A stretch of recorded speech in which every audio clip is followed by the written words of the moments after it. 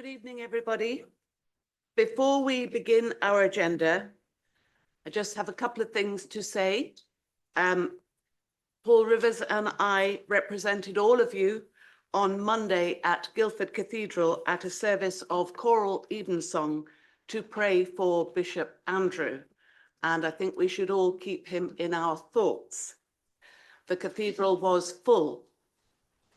And yesterday, officers, councillors, clergy, and most importantly of all, our Ukrainian community gathered and raised the flag and stood to mark 4 years of war in Ukraine. It was very moving. And because many of you were not able to be present, we're going to put our act of solidarity on record now. Will you please stand?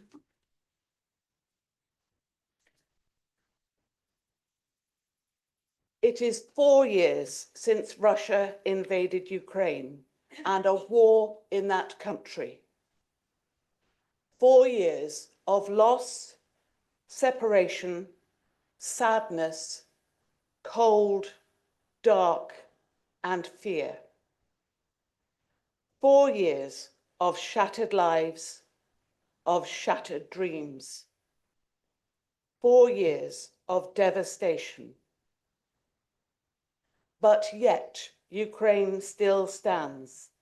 In the words of Vitaly Klitschko, Mayor of Kyiv, Ukraine is not a point on the map. It is a spirit of sovereignty, of resistance, of hope. Waverley stands with the people of Ukraine. Cranley stands with the people of Ukraine. Follow. Godalming stands with the people of Ukraine. Kazimir stands with the people of Ukraine. We all stand with the people of Ukraine. We stand in solidarity with those who fight for freedom. We stand in solidarity with those who suffer. We stand in solidarity with Ukrainians here, there, and everywhere. Yesterday, today, and tomorrow. Let us work for peace. Let us have hope. Let us be hope. Let us not be silent. Let us say, Slava Ukraini, Slava Ukraini. Thank you.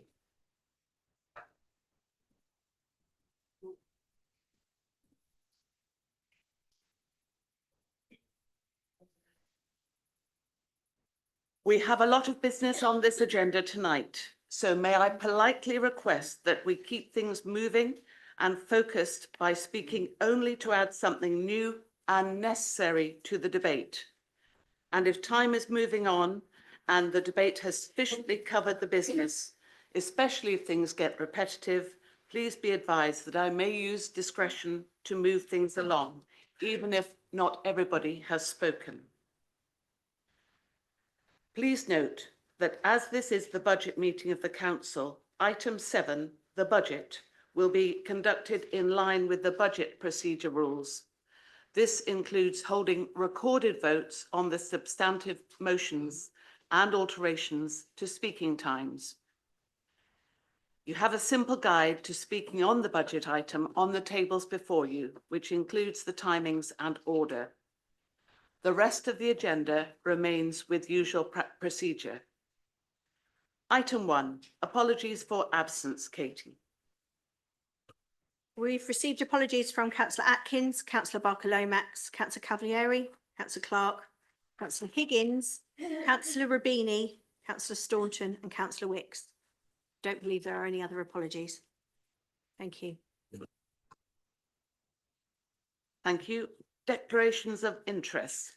Are there any? No. Announcements, Susan. Thank you, Madam Mayor, and good evening, councillors. I just firstly wanted to advise all councillors that I have today made a decision under my delegated authority to grant a dispensation to councillors to enable them to fully participate in items 5, 6, 7 and 8 on the agenda this evening. The decision provides that you may participate in any business of the council where that business relates to the council's functions in respect of housing, where you are a tenant of your authority, provided that those functions do not relate particularly to your tenancy or lease, school meals or school transport and travelling expenses, statutory sick pay under the Social Security Contributions and Benefits Act, where you are in receipt of or entitled to such pay, an allowance payment or indemnity given to councillors or co-opted members, any ceremonial honour given to councillors, and the setting of council tax or a precept under the Local Government Finance Act 1992. The dispensation remains in place for 12 months from today's date. Secondly, Madam Mayor, I'd like to take this opportunity to update all councillors on some recent political changes. The proper officer has recently been notified that the Farnham Residents Group is no longer part of the administration. Councillor Mirrlees has left the Farnham Residents Group and sits on Waverley Borough Council as an independent councillor, and the leader has confirmed that she remains part of the executive. Councillor Gale has notified that she has joined the Farnham Residents Group, and the group leader, Councillor Murray, has notified the proper officer of a change to the name of the group, which shall now be known as the Farnham Residents and Aligned Independent Group. The political makeup of the council is now 24 Liberal Democrats, 12 Farnham Residents and Aligned Independents, 11 Conservatives and 3 Independents. Therefore, the leader of the principal opposition group is now Councillor Murray. Thirdly, Madam Mayor, I'd like to take the opportunity to give a little bit of guidance around item 7 on the agenda this evening and the procedure that we'll be following, as I know councillors aren't very familiar with it. Just to set out the procedure we will be using. Council will firstly be asked to suspend council procedure rules as the budget procedure rules prevail for this meeting. Councillor Merriweather, portfolio holder for finance, will move the executive's budget and has 20 minutes to speak on it. His seconder will have 10 minutes to speak or may reserve their right at that point. Then we have 2 amendments to deal with this evening that have been accepted by the Section 151 officer, one from Councillor Murray and one from Councillor Austin. We expect that in moving his amendment, Councillor Murray may wish to make a minor amendment as permitted by the rules. And Councillor Murray and Councillor Austin both have 15 minutes to move their amendments, and their seconders each have 10 minutes.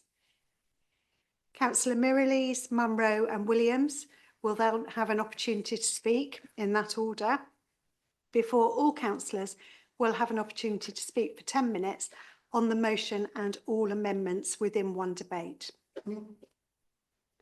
No further amendments are permitted at this stage other than proposals that do not have any financial impact or a minor amendment which does not have a material effect on the executive's draft budget. Once all councillors who wish to have spoken in the debate, those reserved speeches will be dealt with and appropriate rights of reply. Voting will then be taken on each proposal in turn.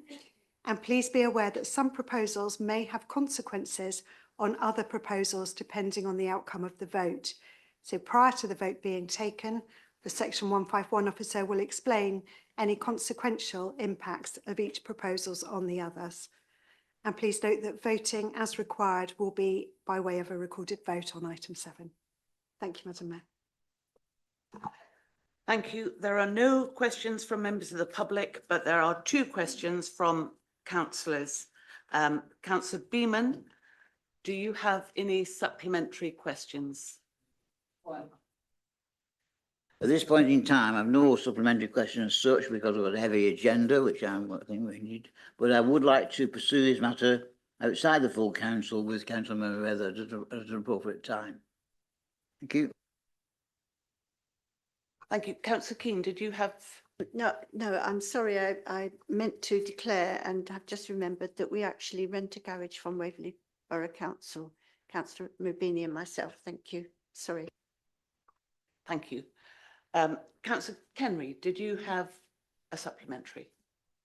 Thank you, Madam Mayor. Firstly, I'd like to thank the leader for his full reply, although it did arrive rather late this afternoon. And for the avoidance of doubt, there were 3 points to my question, 3 questions in effect. Could I summarise it as saying the responses from the leader, and would he confirm, were yes, yes and no? Thank you. Thank you very much, Madam Mayor. I will take full responsibility for the delay in the responses. In this case, that was wholly my fault and not officers.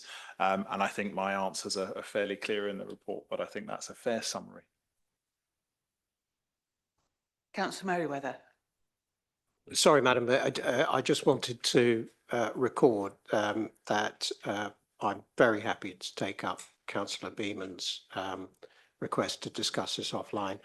You know, there are parts of this that are of a commercial and a sensitive nature, and there are other things going on, but I am very happy to update him with whatever I can as soon as I can. Thank you. So we come to agenda item 5, the capital strategy. Are there any questions on clarity? I see none. Councillor Merriweather, would you like to move the adoption of this? Very happy to, Madam Mayor, and good evening. And do you have a seconder? Oh, I do. Please, the second, Madam Mayor. Same mistake. Right. This capital strategy brings together the Council's detailed policies, procedures and plans relating to capital expenditure, capital financing and treasury management activity. It also incorporates the treasury management strategy, including the prudential indicators, and the asset investment strategy, which focuses on land and buildings. The core capital strategy addresses what we invest in, and the asset investment strategy ensures that our real estate assets deliver best value and outcomes that align with our corporate priorities and service needs. The treasury management strategy ensures our monetary assets, our deposits and investments, are funded and managed safely. It also gives an overview of how associated risk is managed and the implications for future financial sustainability. This 26-27 strategy updates the one approved last year with current values, but with no other substantive changes. And they've also been prepared on an as-is basis and will be subject to impacts from local government reorganisation from 27-28 as they emerge. As usual, can I also draw members' attention to Prudential Indicator 3, starting at paragraph 2.19 of the Treasury Management Strategy, and I remind everybody, Waverley has no external debt in its general fund, and the external debt in our HRA is around about £140 million and is wholly attributable to what's left of the £189 million mortgage we were forced to take out to essentially buy back our own council housing stock in 2012. Thank you very much. Thank you, Councillor Follows. Do you reserve your right to speak? I do. You do. So, are there any speakers? Councillor Austin.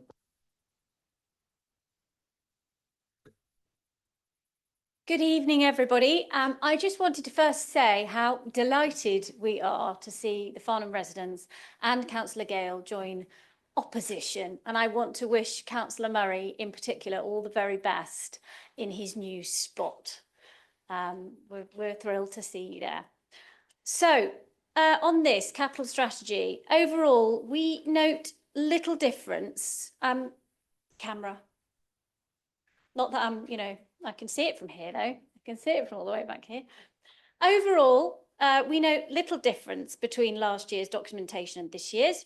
So our comments are relatively brief. Thank you to our officers for continuing to navigate challenging market conditions with such professionalism. We note that there's little change.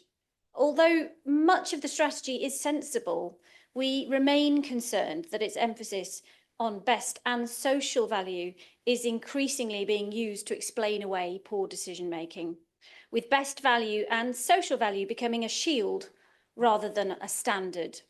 The strategy is explicit, Decisions must demonstrate best value, and social value must be an addition, not a substitute for sound financial stewardship. Yet, over the past year, we've seen best value and social value invoked to explain away millions of pounds in lost financial value. This is not compliance with the strategy. I believe it's a distortion of it.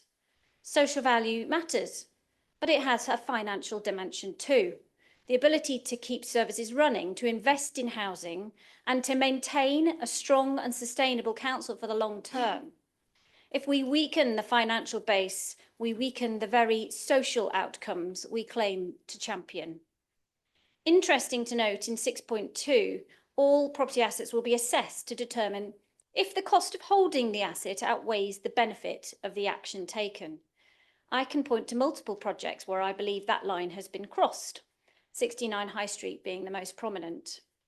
As councillors, we have a duty of care to ensure social value is properly assessed, quantified and aligned with financial responsibility.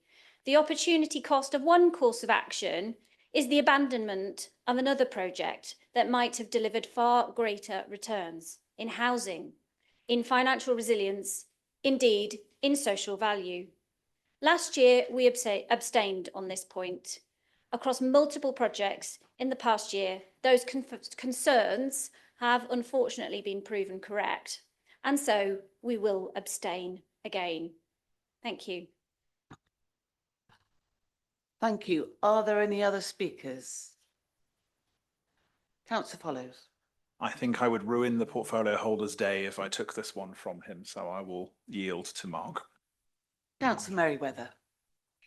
Well, look, I couldn't disagree more with Councillor Austin, and I do wonder sometimes if Councillor Austin has read the Green Book, which is what guides us in terms of social value, costs and benefits. The Green Book, under the Green Book, public sector decisions must be based on social cost-benefit analysis and net present social value, not solely financial return. And things like the use of private sector financial hurdle rates, if they are used as a decision threshold, they actually risk substituting private sector profitability tests for the required public value assessment that we're supposed to do. And in terms of 69 High Street and others, I still struggle that Councillor Austin hasn't quite grasped that the minute we buy something on the open market at 100% open market values and change its use to a social value or affordable purpose, the mechanism, the market mechanism, is that the valuation follows that change of use. If we're only going to be charging 70% of the market rent, the value of that land, the value of that property on the open market, whether it's residual land value or gross development value, contracts by 30%. It goes down to 70% of its 100% value.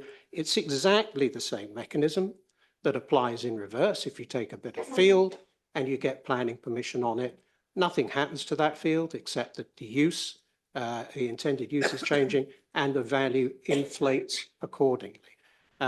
It is because of those principles and it is because of the laws of mathematics that we do this, precisely because the private sector doesn't and can't and won't. Good luck to them, but we have to do what we have to do. That's why we're here, that's why we were elected. And I'm sure it's not the last time we're going to have to rehearse these arguments. Thank you. So you will have read the recommendation. When lights show, please vote.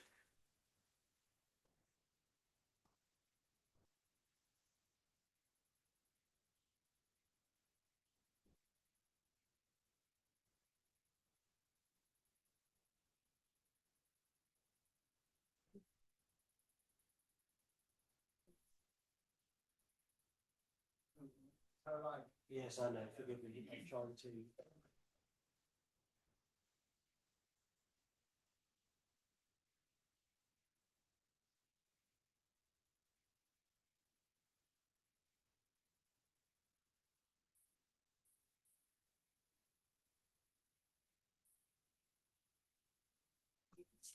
We'll do this by, oh, we got it, okay.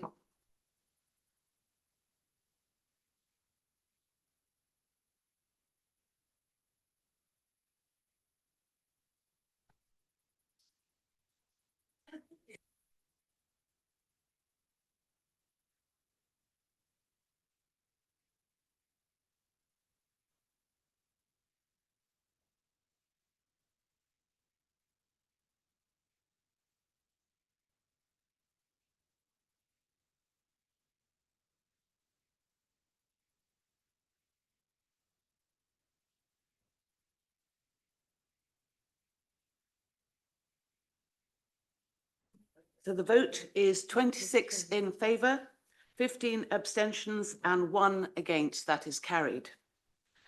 So we move to agenda item 6, the housing revenue account. Are there any questions of clarity? No. Sorry, Madam Chairman, may I just ask, can you confirm whether that was 1 or 2 against in the last account? 1 against. Two blobs only on the screen. I can confirm it was 1 against. It was 1 against, 15 abstentions and 26 for. Yeah. 26, 15 with 1 against. Madam Mayor, there were on the screen, it was quite clear that there were 2 red points which showed against. Maybe the screen was wrong, but that's what showed. Oh, okay, I didn't see that. The vote has been declared and it has been carried. And we move on to agenda item 6. There were no questions on clarity. Councillor Merriweather. Thank you, Madam Mayor. So the HRA. Do you have a seconder? Of course I do, yes. Please second. All right. Should stop me before I start. Right. Okay, the council owns and manages over 4,700 council homes, which it rents to eligible tenants or for which it holds the freehold. They're funded through the housing revenue account, the HRA, which is ring-fenced account that records all income and expenditure related to the council's role as landlord, which I'll come back to in a second. The ring fencing makes the HRA entirely independent of our general fund operations, which are in part funded, not least by our council taxpayers, of course. The HRA plans for the long term over a 30-year horizon, and in this current year, 25-26, we commissioned an external review of this business plan and contracted consultants to prepare and analyse it. And I'm pleased to report the plan shows a healthy picture with appropriate reserves and investment headroom. But as I said, the rentals paid by our tenants are ring-fenced to only pay for everything else in the HRA, not only its operation and the repair and maintenance of tenants' homes, but also for the refurbishment and upgrade of our houses and the development of entirely new ones. Our tenants, therefore, not only fund their own homes, but ensure that new and refurbished quality homes are being created for future generations. We're not allowed to increase rents by more than CPI plus 1%. And for 26-27, the September 25 CPI was 3.8%. So adding the additional 1% results in a proposed rent increase of 4.8%.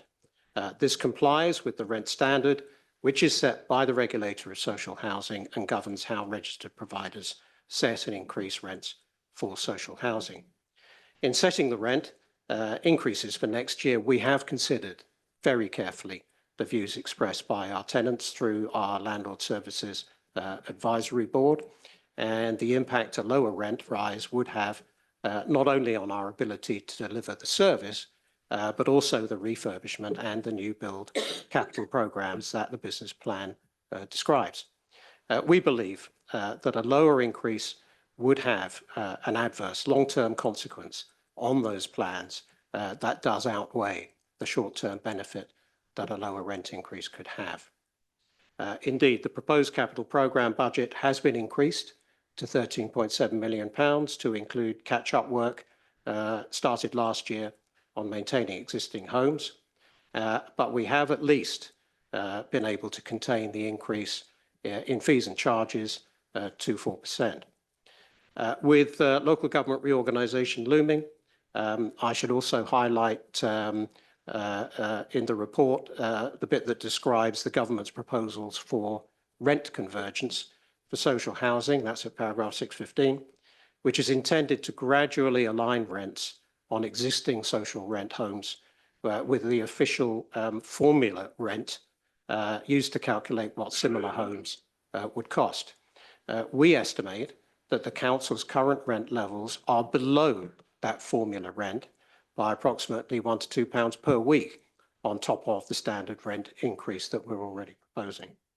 But for now, this HRA business plan has been prepared on an as-is basis and will be subject, of course, to the impacts from local government reorganisation from next year. In West Surrey, we will join 3 other local authorities, Guildford, Runnymede and Woking, that also have HRAs, but we do expect that the HRA ring fencing arrangements that currently insulate our tenants and their homes from the more widely publicised financial pressures the new unitary will face, those ring fence and those insulations will remain in place. Thank you. Thank you, Councillor Follows. Do you wish to speak now? Wish to reserve, thank you. Thank you. So, are there any speakers? Councillor Hyman. Thank you. Yes, not a great deal to say on this, except that where Councillor Merriweather has told us that the council considered the views of tenants very carefully, they were simply dismissed. The views of the tenants were made clear in a it's called a Healthy Homes survey that was done prior to Christmas, and the result of that was that the new priority in the council strategy was affordability, i.e. Providing homes at the cheapest rents possible, rather than perhaps going for the maximum standard of comfort that we could and have been aiming for.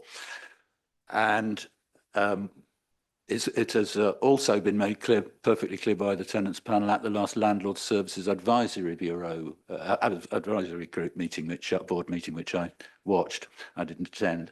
And they made it perfectly clear also that they're very unhappy with the 1% above inflation when the inflation rate comes from last September, when it was 3.8%. So the rise is almost 5%. And if you look at anything else within the budget papers that you've got tonight, everything else is being restricted to a 3%, pretty much around 3% rise.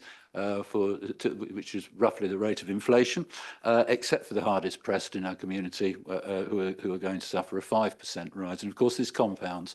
The council's argument is that if we don't charge the maximum and allowed, then we will lose money, and that will compound over time. Well, we're driving inflation if we're going above inflation rise. It's that simple fact. We are causing inflation. We are driving it. By anybody who puts things up by more than the rate of inflation is driving it. We should be aiming at doing less. That's economic common sense. But we're going to do the opposite. We did put in, Councillor Murray did kind of submit a motion to restrict limits and reduce the rise, the rent rise slightly. But that was dismissed by the Section 151 officer. That's a matter which we are going to discuss at next week's council meeting under the 69 High Street issue, because there is enough money for the tenants to be charged a lesser rate this year. That motion hasn't been allowed, and I won't be proposing anything now, of course, because it's too late to do anything different. But as far as the formula rent is concerned, note that we're somewhere within 0.5% of the formula rent, so there's no reason for us to not to put ours up excessively. And as far as our 30-year plan is concerned, saying that it upsets our 30-year plan, if you read it, unfortunately our 30-year plan is uninformed. It is not informed by an up-to-date stock condition survey. We haven't had an up-to-date stock condition survey in the past 25 years, and I don't think one was required before that. And certainly not against the government's Decent Homes standard, which isn't a particularly high standard. this council has been used to applying a high level, a higher than decent homes level standard in order to justify greater levels of spending and higher rents. It is disappointing the tenants haven't been listened to, and I will be abstaining on this. Thank you. Thank you, Councillor Paul Rivers. Thank you, Madam Mayor. As I am chair of the Landlord Services Advisory Board, which is an executive working group, I wish now just to give a few words on behalf of that group. The LSAB understands that rental income is the primary funding source for the ring-fenced HRA, which directly supports the delivery of core landlord services, investment in existing homes, and the delivery of new affordable housing. And dropping the rent increase by 1%, which the LSAB asked the executive to consider, would result in a loss of £12 million or so over the HRA 30-year business plan, which would be a major inhibitor to the council's ability to remain compliant with the Decent Homes Standard. But our tenants are, of course, naturally concerned that they do not have the next 30 years just with Waverley Borough Council. As in April next year, our housing comes under the control of West Surrey Unitary. This new West Surrey Authority will become the new landlord for all council tenants and leaseholders within this council area. There will be approximately 16,000 council homes. The majority of these, about 65%, will come from Guildford and Waverley. There will be a single housing revenue account for this new council, formed from the 4 current stockholding authorities. All 4 have balanced HRAs, and there should be financial headroom to continue programmes of investment in current homes and the development of new council housing. Of course, as Councillor Merriweather said, it is worth noting that any general fund financial or debt issues that the new council inherits cannot be subsidised through the new HRA, which remains legally ring-fenced. Now, it is 20 years or so ago this year that our tenants chose to trust Waverley as their landlord of choice, rather than to accept at that time the council's recommendation to transfer our homes to a housing association. Different times. Today, these days, it is highly unlikely that there will be any interest in the transfer or sale of West Surrey's council housing to a registered provider via the mechanism of large-scale voluntary stock transfer, LSVT, for want of 4 letters. The financial rationale for LSVTs is no longer there, as councils are able to borrow to invest in their stock and develop new homes. Large registered providers are not interested in taking on stock through LSVT, so there is unlikely to be a market. For example, the last LSVT took place in 2015 with Salford transferring homes to Salix. Most importantly, this council is really grateful for the trust our tenants have placed in us, and we will continue to do our best to deliver on that trust. Would that we could magically add 1,000 new homes to meet the needs of the housing waiting list. But it is good that we have some 4,800 homes, all at much lower rents than the private sector. This is, after all, why we do it. Thank you. Thank you. We have 2 other speakers, Councillor Munro and then Councillor Martin. Councillor Munro. Thank you very much, Madam Mayor. It's on the same theme as tenants' rents.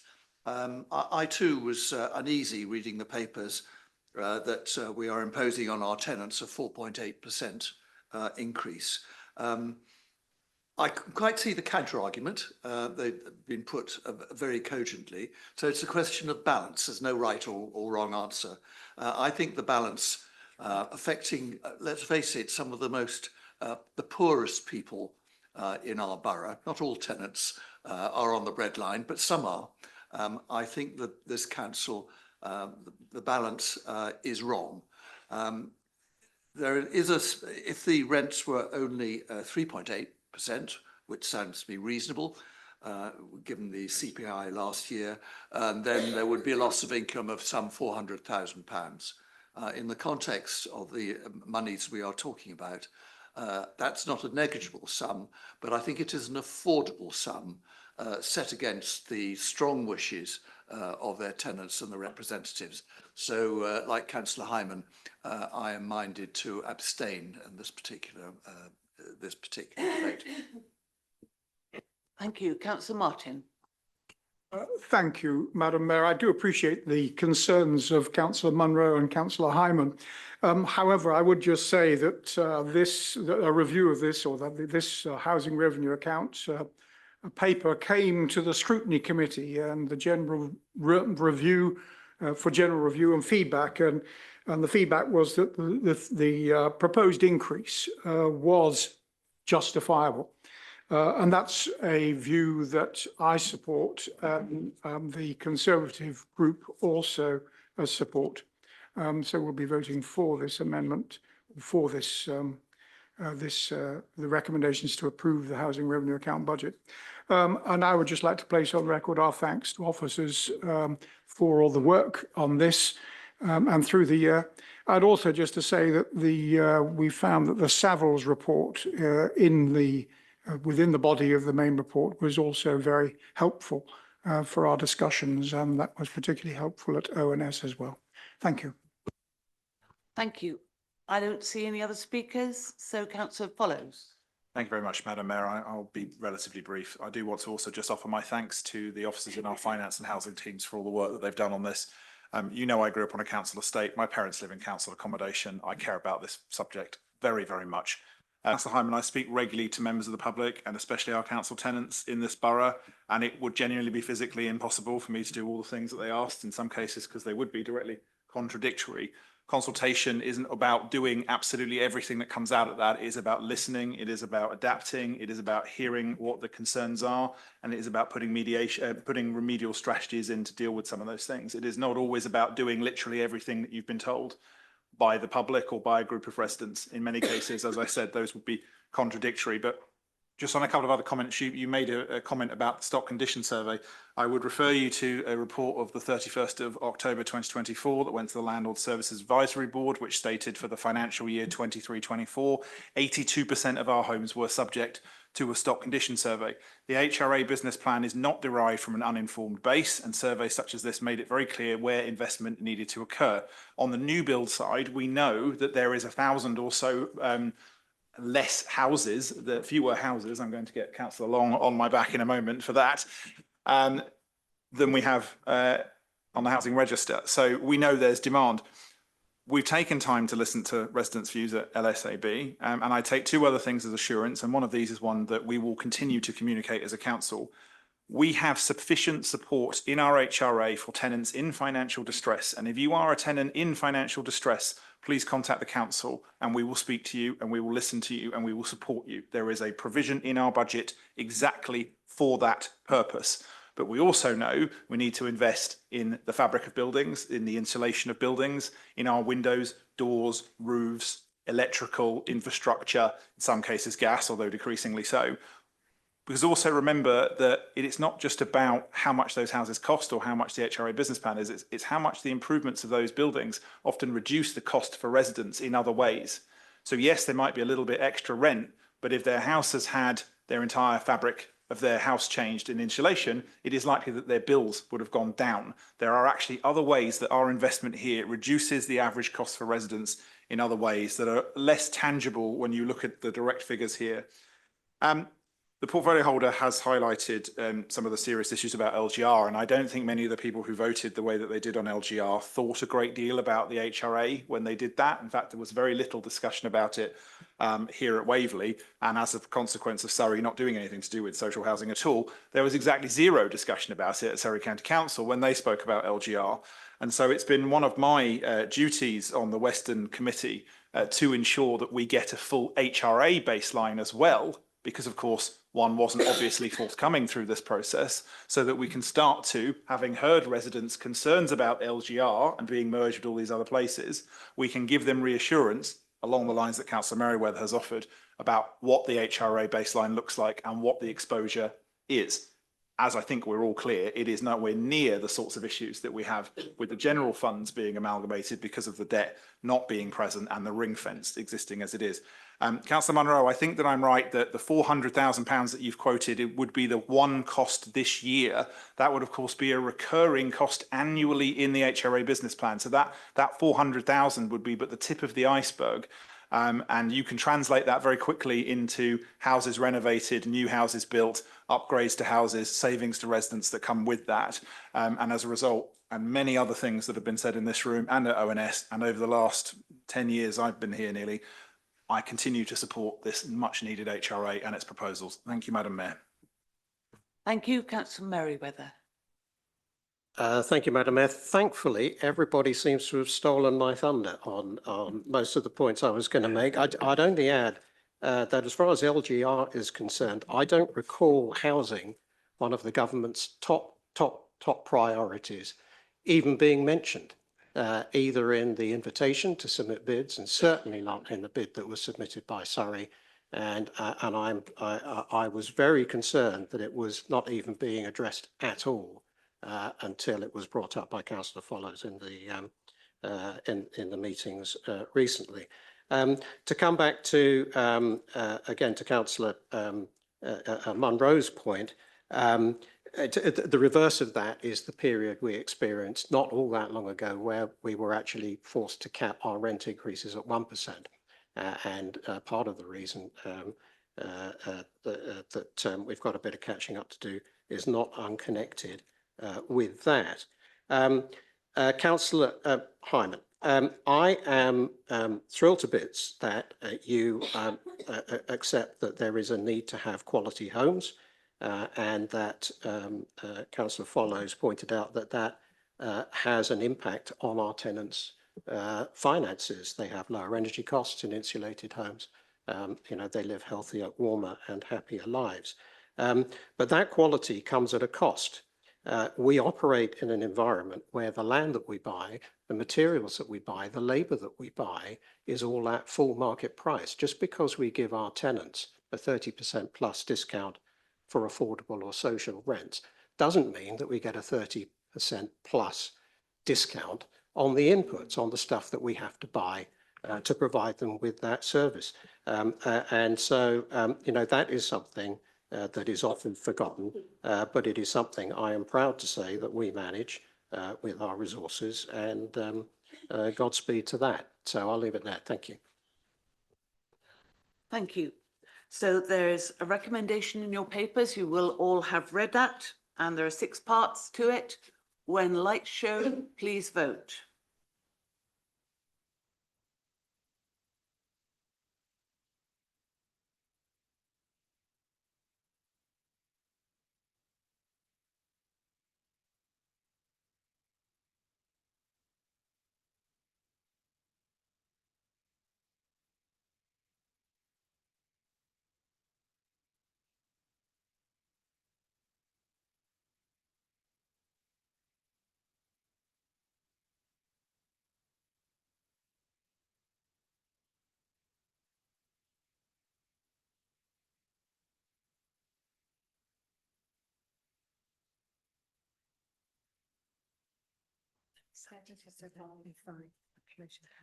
The vote is 37 in favour with 5 abstentions, so that is carried. We come to agenda item 7, the General Fund and Medium-Term Financial Plan. So in accordance with Budget Procedure Rule 7.2, we suspend council procedure rules for this item only, where they conflict with the council procedure rules, to allow the budget procedure rules to prevail. Councillor Munro, do you second this? Yes, indeed. Yes, thank you. Do you agree? In accordance with, no, wait a minute. It's this. Thank you. Yes. Councillor Merriweather, would you like to present the executive's proposed budget, please? And you have 20 minutes. And I also need a seconder, Madam And Mayor. you need a seconder. And that's going And I am pleased to second, Madam Mayor. Thank you. All right, if everybody's ready, And let's, do you reserve your right? I do. okay, all right, Councillor Merriweather. let's go. So, our general fund is our resource, the resource that empowers us financially to deliver our non-housing corporate strategies. In 2019, in May 2019, we inherited a budget presented by my predecessor, the former Conservative Councillor Jed Hall, that included a net service cost budget of around £10.6 million before reserve movements and a forecast medium-term financial plan budget gap rising to £1.7 million per year, even after allowing for some very untested and tentative measures. Like all local authorities, we run a structural deficit where our costs inflate even in normal times faster than our powers to increase income. And our predecessors even established a budget strategy working group to work on that. And their measures included investing in risky commercial property, primarily for yield, and borrowing to fund those investments, just like other authorities, including Woking, Spelthorne, and others. The first COVID lockdown began less than a year later, in March 2020, and we had to work on a revised contingency budget, and it's very fresh in my mind, and MTFP because of the colossal impact the pandemic had on us and our residents. Even as we were still emerging from that, from COVID, we were then subjected to the, quote, eye-watering cost inflation, which started to rise sharply in mid-2021 and peaked at 11.1% in October 22, amplifying our structural deficit accordingly. Tonight, we're considering our last general fund budget, a medium-term financial plan, that's balanced, not just for next year, but the year after that too. It balances inflation, demand growth, and operational efficiencies fairly, with no cuts in services. It funds yet another increase in capital spending. It has sufficient and appropriate reserves, and it maintains zero external general fund debt. This is also our first budget where we've benefited, if I can actually use that word, from at least the forward-looking visibility of a multi-year local government finance settlement. For Waverley, this settlement as a whole would have meant a nominal increase of only 0.5% on our core spending power for 26-27, including the assumed council tax rise at 2.99%. And that would have been the lowest increase in West Surrey. It is only because of our prudent, responsible budgeting in prior years, which anticipated this impact, that we've been able to absorb this real terms cut. We continue to face demand and rate-based cost increases, not least of which is inflation, which we forecast will still add a further £1.5 million alone to our gross cost base next year. We have other unavoidable budget adjustments, totaling about £895,000, as detailed in the report, which includes an increase of £402,000 to our homelessness prevention budget.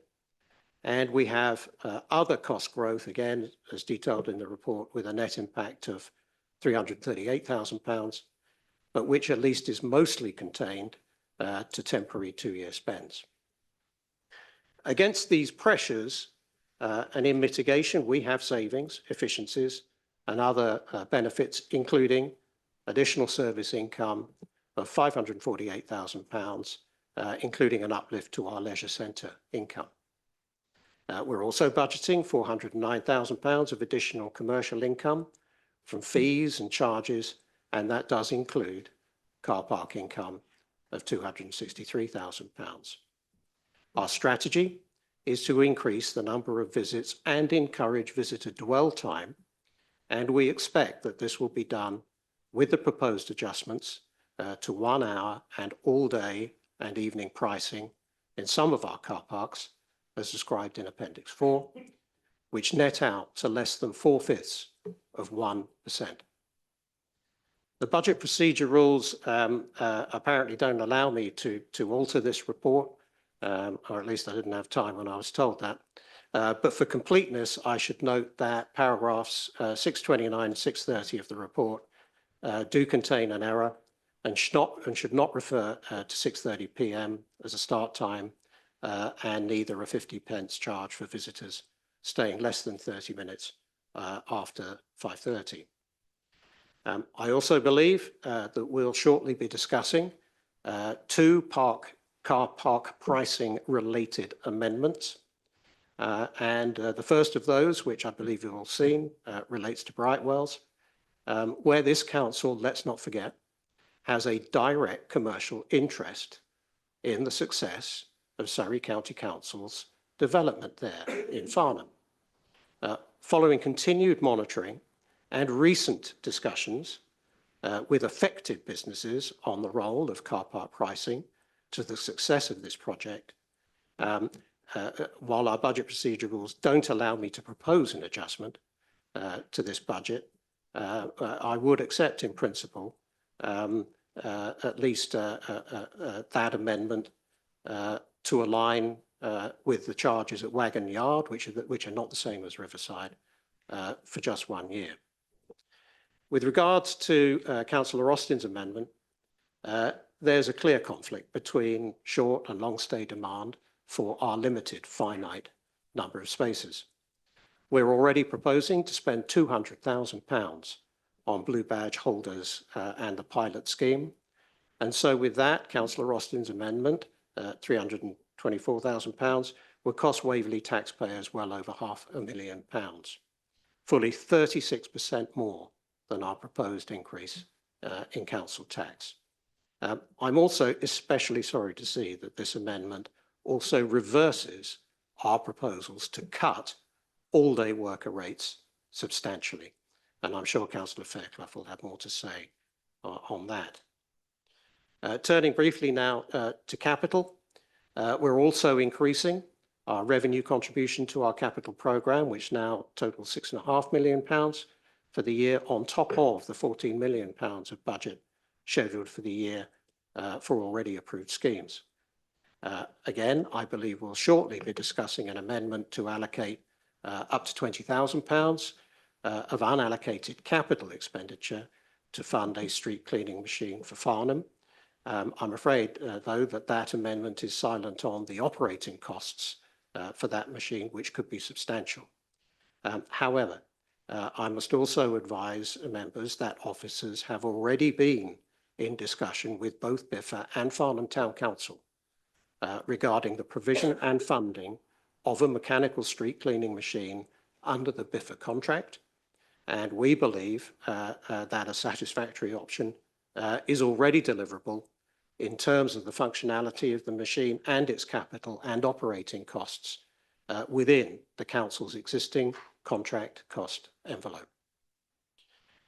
Right, members will also see in the report detailed updates on our usable reserves, which remain strong and continue to provide resilience against financial risk and volatility, including the financial stress of transitioning to the new unitary.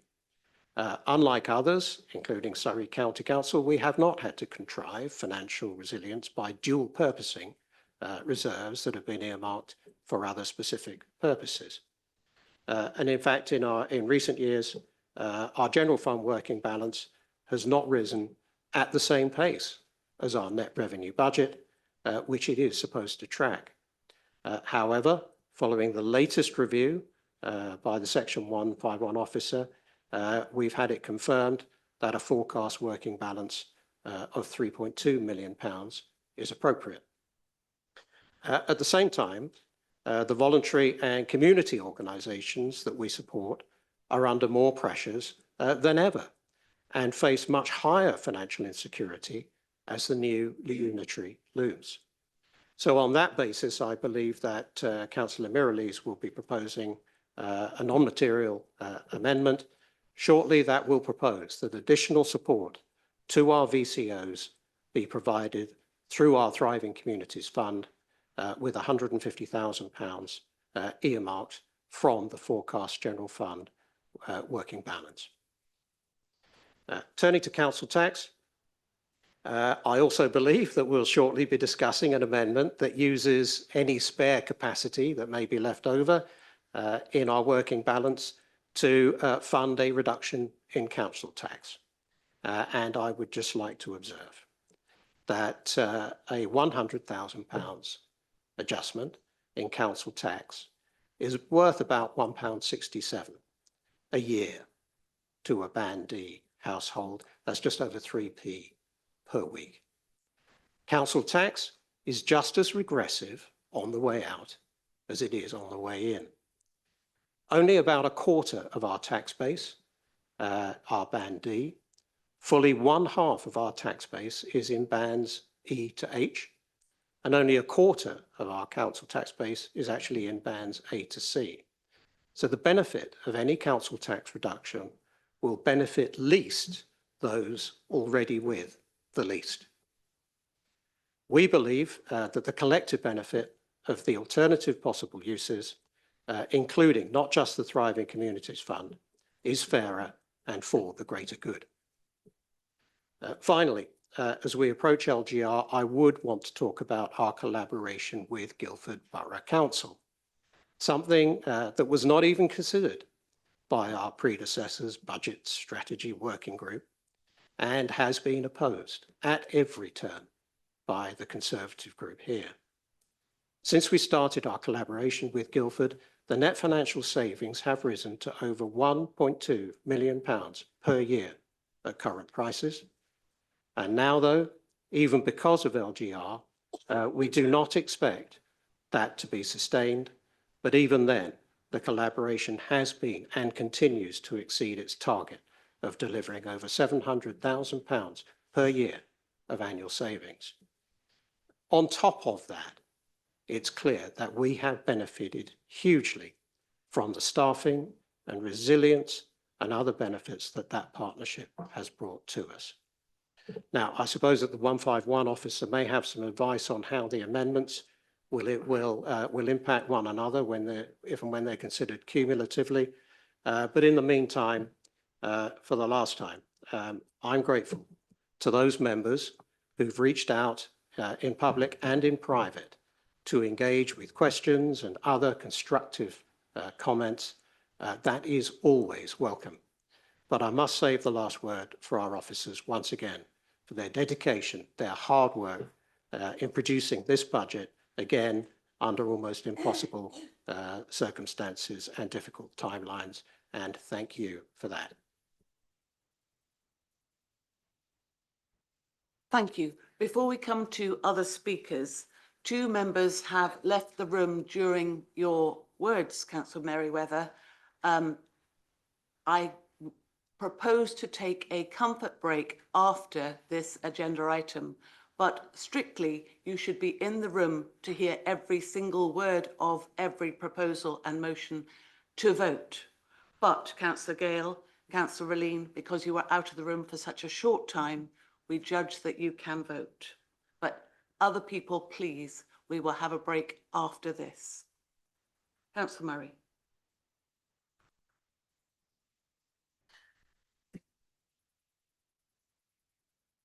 Thank you, Madam Mayor. Fellow councillors and members of the public who may be watching. They say a week is a long time in politics. and I can personally vouch for the truth of that statement. Just last week, our group made the extremely difficult decision to leave the administration after 7 years of collaboration. We did so because we increasingly found ourselves in the worst of all possible worlds, neither fully in nor fully out of the administration, with only one member remaining on the executive. Key decisions and policy directions were being made without consultation with partners. And over the past year, we also felt the tone of the political debate too often crossed the line of robust disagreement into personal attacks and unpleasantness. We believe this behaviour is counterproductive not only to good governance, but to the interests of our residents. And I want to say directly to many Liberal Democrat councillors, whom we regard as friends and colleagues, and with whom we have worked collaboratively in committees for many years. This is not a betrayal. We sincerely hope to continue working in that same spirit of mutual respect and cooperation. And to our new partners in opposition, we look forward to working with you on mutually agreed issues.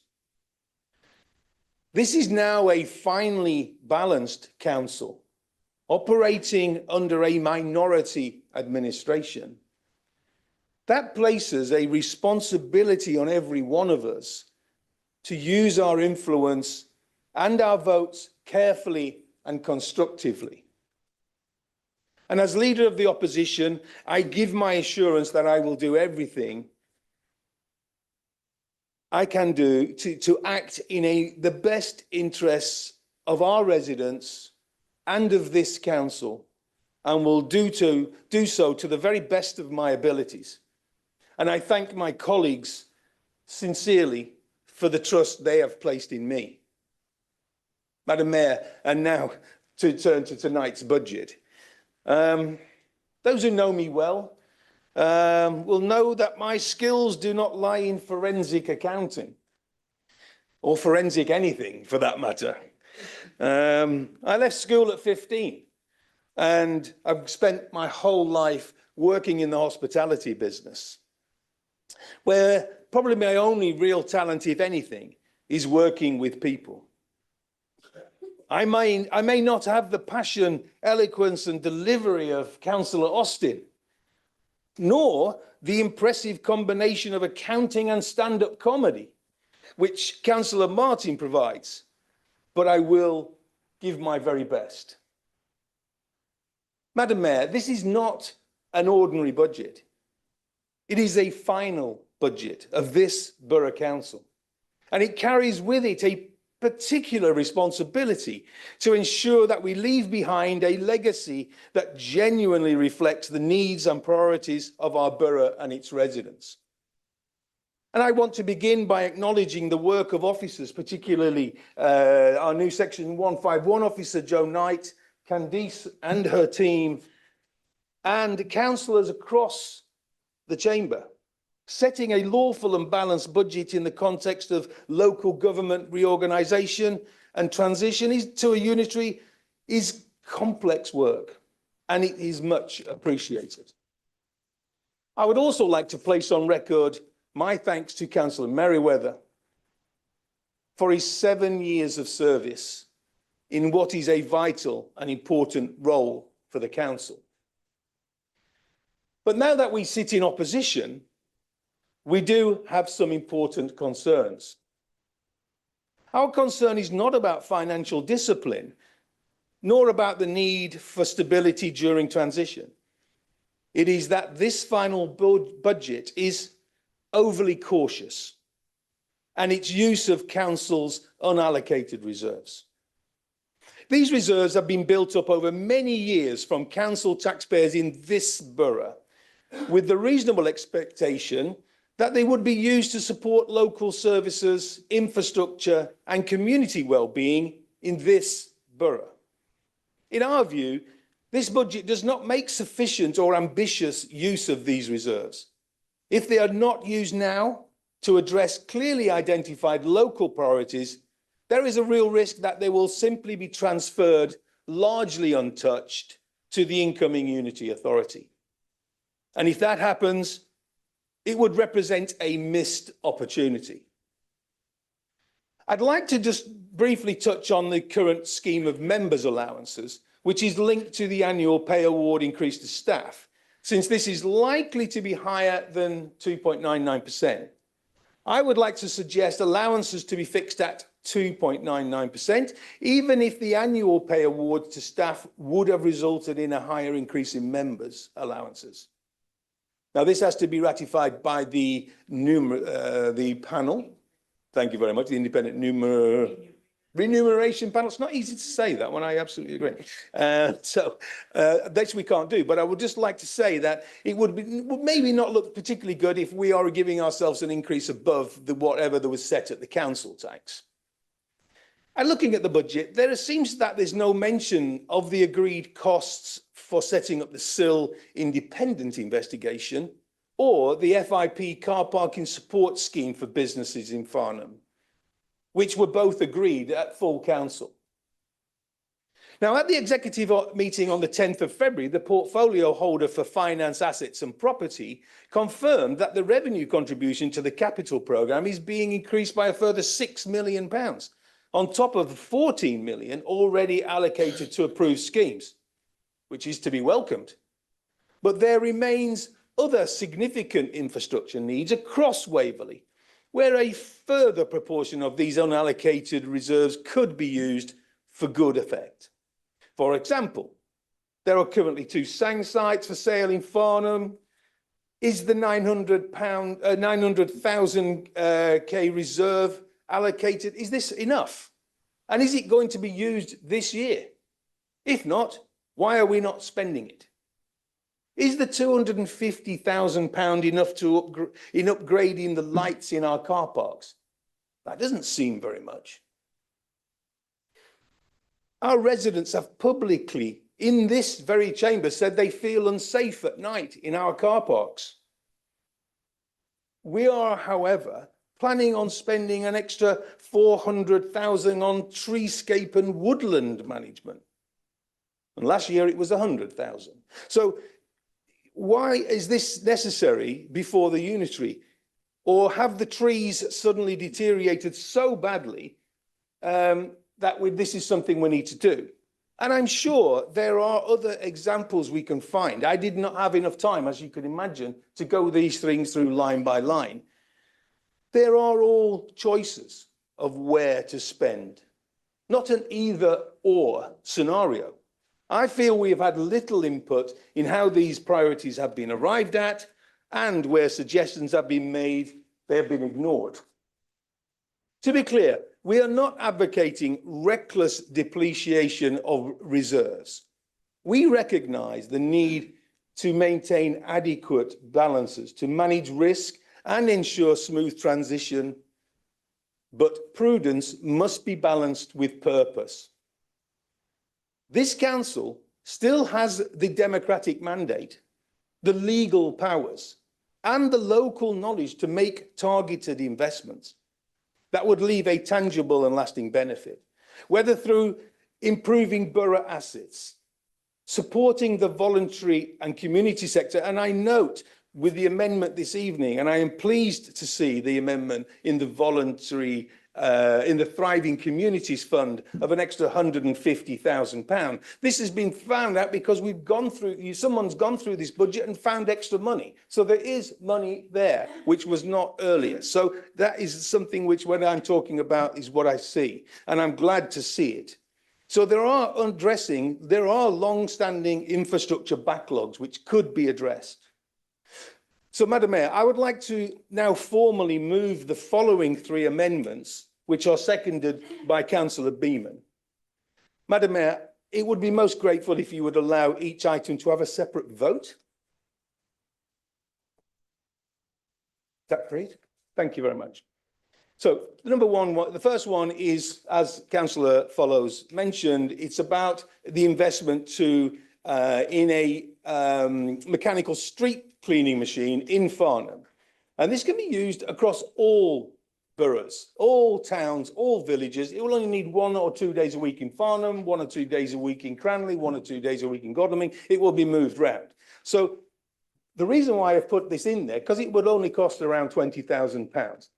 I know that Councillor Follows has said that he could, was it Councillor Merriweather perhaps, I'm sorry, he could well have said that this was going to go into the BIFA contract. And I agree, that would be the best result. However, this is why I wanted it in here to make a statement that we would really like this. I know this would be a legacy. We're talking about legacy and leaving things. This would be our legacy to leave it for Farnham. So I agree. If this is not accepted, I wonder if you can give a pledge that this will be part of the BIFA contract. And I'm sure my colleague, Councillor Hess, will talk about it as well. Now we come to the Brightwells car park tariff. I'm glad that you've now come round to realising that this might be a good idea. I did suggest it at ONS to the portfolio holder. I did try to give him this proposal. He didn't want to take it at the time. So he's now obviously come round to it, and you think it's actually a good idea. And I could read the whole motion. Do I need to, Madam Mayor, or does everybody got it here? Yeah, so everybody can read it. They can understand that. The question I would say about it, though, unfortunately, is that the estimate is now £74,000 a year for doing this thing. I have to question it slightly. I'm sorry, Ms. Joe. It is a guess. It is an estimate. It is a professional estimate, I'm sure. But I'm hoping that by increasing the occupancy in that car park, by it being more popular than it is because it's less expensive, that these will equal itself out. And I think at the end of this year, I think 74,000 is probably a good, a high cost. I think it will be lower than that, but I'm not the expert. And I do agree that. But this is a modest, time-limited intervention that signals confidence, partnership, and a clear commitment to ensuring Brightwells becomes a thriving part of the town centre, which is something we all have a stake in, whether we're in Farnham or not. And Madam Mayor, I come to the final one, if I could. This is an amendment to the budget to reduce the council's general reserves to the lowest level that is considered prudent and necessary to meet the council's statutory obligations, financial risks and operational requirements, with a consequential release of funds applied to a corresponding reduction in the council tax precept. And Councillor Merriweather has mentioned this. But Madam Mayor, if you wouldn't mind, I would like to make a minor change to this and to include or use these funds to refurbish Waverley's car parks. So thank you, Madam Mayor, and I commend the budget amendments to members for debate. Thank you. Councillor Beaman, do you reserve your right or wish to speak now? I think I reserve my right, Madam Mayor. Thank you. Madam Mayor, I think they may want that some people are not clear on. Can Councillor Murray just repeat the wording that he's changing for them? Councillor Murray, would you be so kind as to repeat the wording that you are amending to your amendment? Absolutely.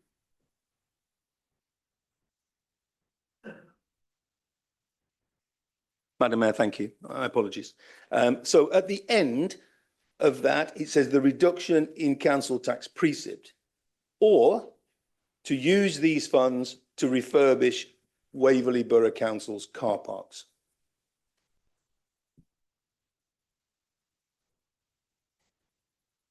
Okay. Yes.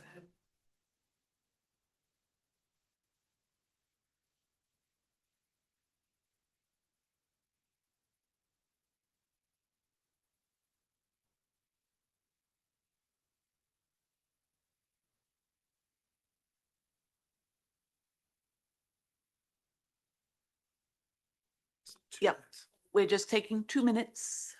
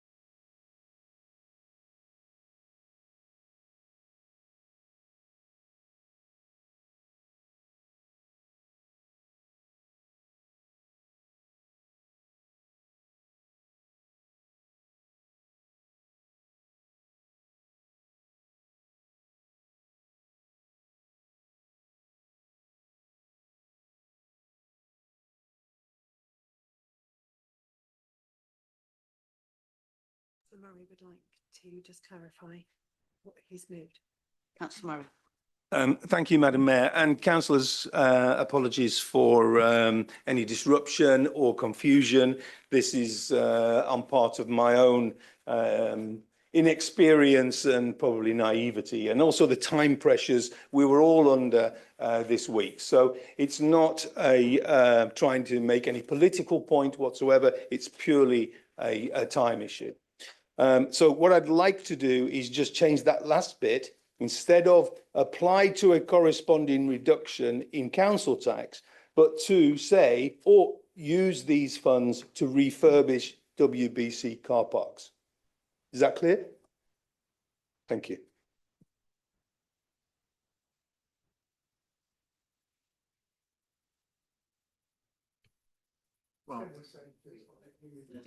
Joe, would you confirm? So who's going to make the decision as to which we do then? We've got to do that. That's- One Well, moment, precisely, Jerry. Thank you. one moment. Joe. I'm happy with that adjustment. I don't class it as a significant change. Thank you. Councillor Townsend. Just a point of clarification, please, Madam Mayor. We don't have don't have clarifications. any- So method it's of doing just that, how can that be a minor amendment when we don't know how much it will cost?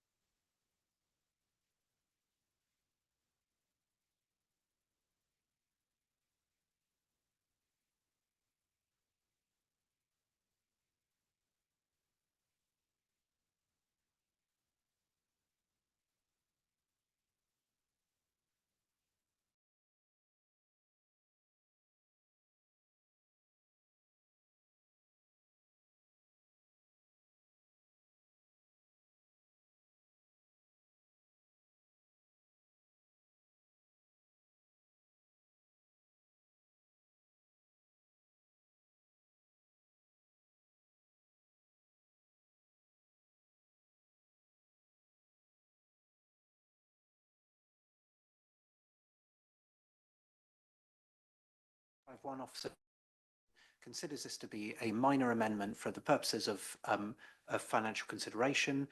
The impact of this would be that there is a amount of money allocated to the budget for refurbishment of car parks, and that is the matter for debate. Thank you. Councillor Austin, you're next to speak. No, he's reserved his right.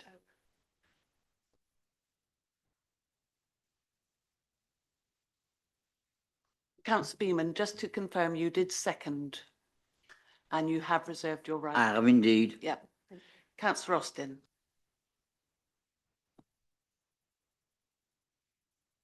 Thank you, Madam Mayor. Oh, there we are. There you go. There I am. I want to place on record my sincere thanks to our finance team for their work. I confirm any criticism I make tonight is political, and it's certainly not directed at the actions of officers. Tonight, we debate our final budget before the transition into the West Surrey Unitary. I'm pleased to note there's generally less to argue about in the budget this year. Before turning to specifics, I note with relief the quiet abandonment of the collaboration agenda. Thank the Lord, the less said about that, the better.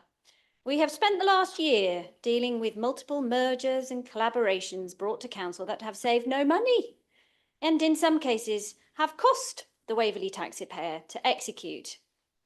But I do have some areas of concern.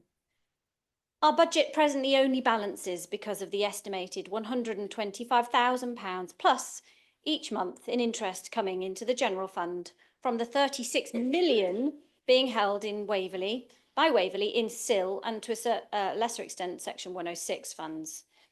These numbers come directly from Waverley offices, and as much as Councillor Merriweather would like to protest, the money is very real, not theoretical. And it equates to an astonishing 10% of council tax income. In the last 6 months alone, we have been asked to vote through £7 million worth of cost overruns, revisited budgets and enlarged budgets. This is hemorrhaging taxpayer and housing revenue account funds. Meanwhile, our executive continues to push for vanity projects like 69 High Street and attempts to justify enormous multi-million-pound project overspends like Cranley Leisure Centre. As the costs keep going up, the justifications made become increasingly flimsy and the business case increasingly fragile. All the while, payback periods extend further and the millions of cost and the millions of debt increase. Failure, another issue is the failure to past motions. So, for example, where is the budget provision to extend the Farnham parking discount scheme that Council unanimously backed? Where is the funding for the independent investigation into SIL practices that Council explicitly instructed the administration to deliver? Now, they may not have the detail, but they should have the sense to put some money in the budget for it. This was the will of Council, yet there's no allowance made. Perhaps the executive is planning to ignore the will of Council once again, just as they have proven to, because last December's full Council voted for out-of-hours planning enforcement. But we now see the Liberal Democrat executive, having voted for it in December, has dismissed this outright. So we see no costing in this budget. Waverley is in crisis on planning enforcement. It has the second highest number of unauthorised traveller sites in the UK. This dismissal of a past motion is clear evidence of the disingenuous behaviour of this increasingly insular Liberal Democrat-led executive, which is evidenced time and again it has little intention of genuinely heeding the will of Council or listening and actioning the pleas of the many residents on matters which are so important to them, like parking, like planning enforcement, like SIL. Now let's turn to the reserves. I want to endorse the point made by my fellow Farnham resident councillors about reserves. Our duty of care is, in the last year of our council, to our residents, not to support the political manoeuvring of the Liberal Democrats. It feels at the very moment we could and should be delivering value back to the taxpayer. Instead, this budget is seeking to ask for yet more direct or indirect taxes. On council tax, frustratingly, our options, I agree, are limited. We have received a frankly terrible settlement from government, unjustifiably so, when we compare it to, say, the 7.5% uplift Guildford received. There seems nothing fair about this at all for the Waverley taxpayer. Settlements and future impact limit our ability to reduce council tax below the 2.99%, so I must reluctantly accept this. A 2-year balanced budget looks reassuring, but we all know it's purely indicative. Whoever leads the incoming West Surrey Unitary will make their own policy decisions, and those decisions will dramatically vary depending on the political leadership. As Surrey leader Tim Oliver pointed out to the Liberal Democrat leader of the opposition at County Hall a couple of weeks ago, we should be focusing on the here and now, not making detailed political plans for a future council for which policy decisions are as yet undetermined. But there are 3 clear areas, I think, looking at the detail, that we should be reviewing our assumptions on. And don't worry, Councillor Murray, you may not have had time to go through it line by line, but we certainly did. And we're happy to share the benefit of that. Unless, you know, maybe I failed to grasp it, or maybe I don't understand. I am but a mere meek woman, after all. But we know that, of course, would be misogynistic, wouldn't it, Councillor Merriweather? And we're all better than that, aren't we, as councillors? So let's talk about the 3 clear areas where we can and should be reviewing our assumptions with a view to returning value to the taxpayer. Structural underspend on employment.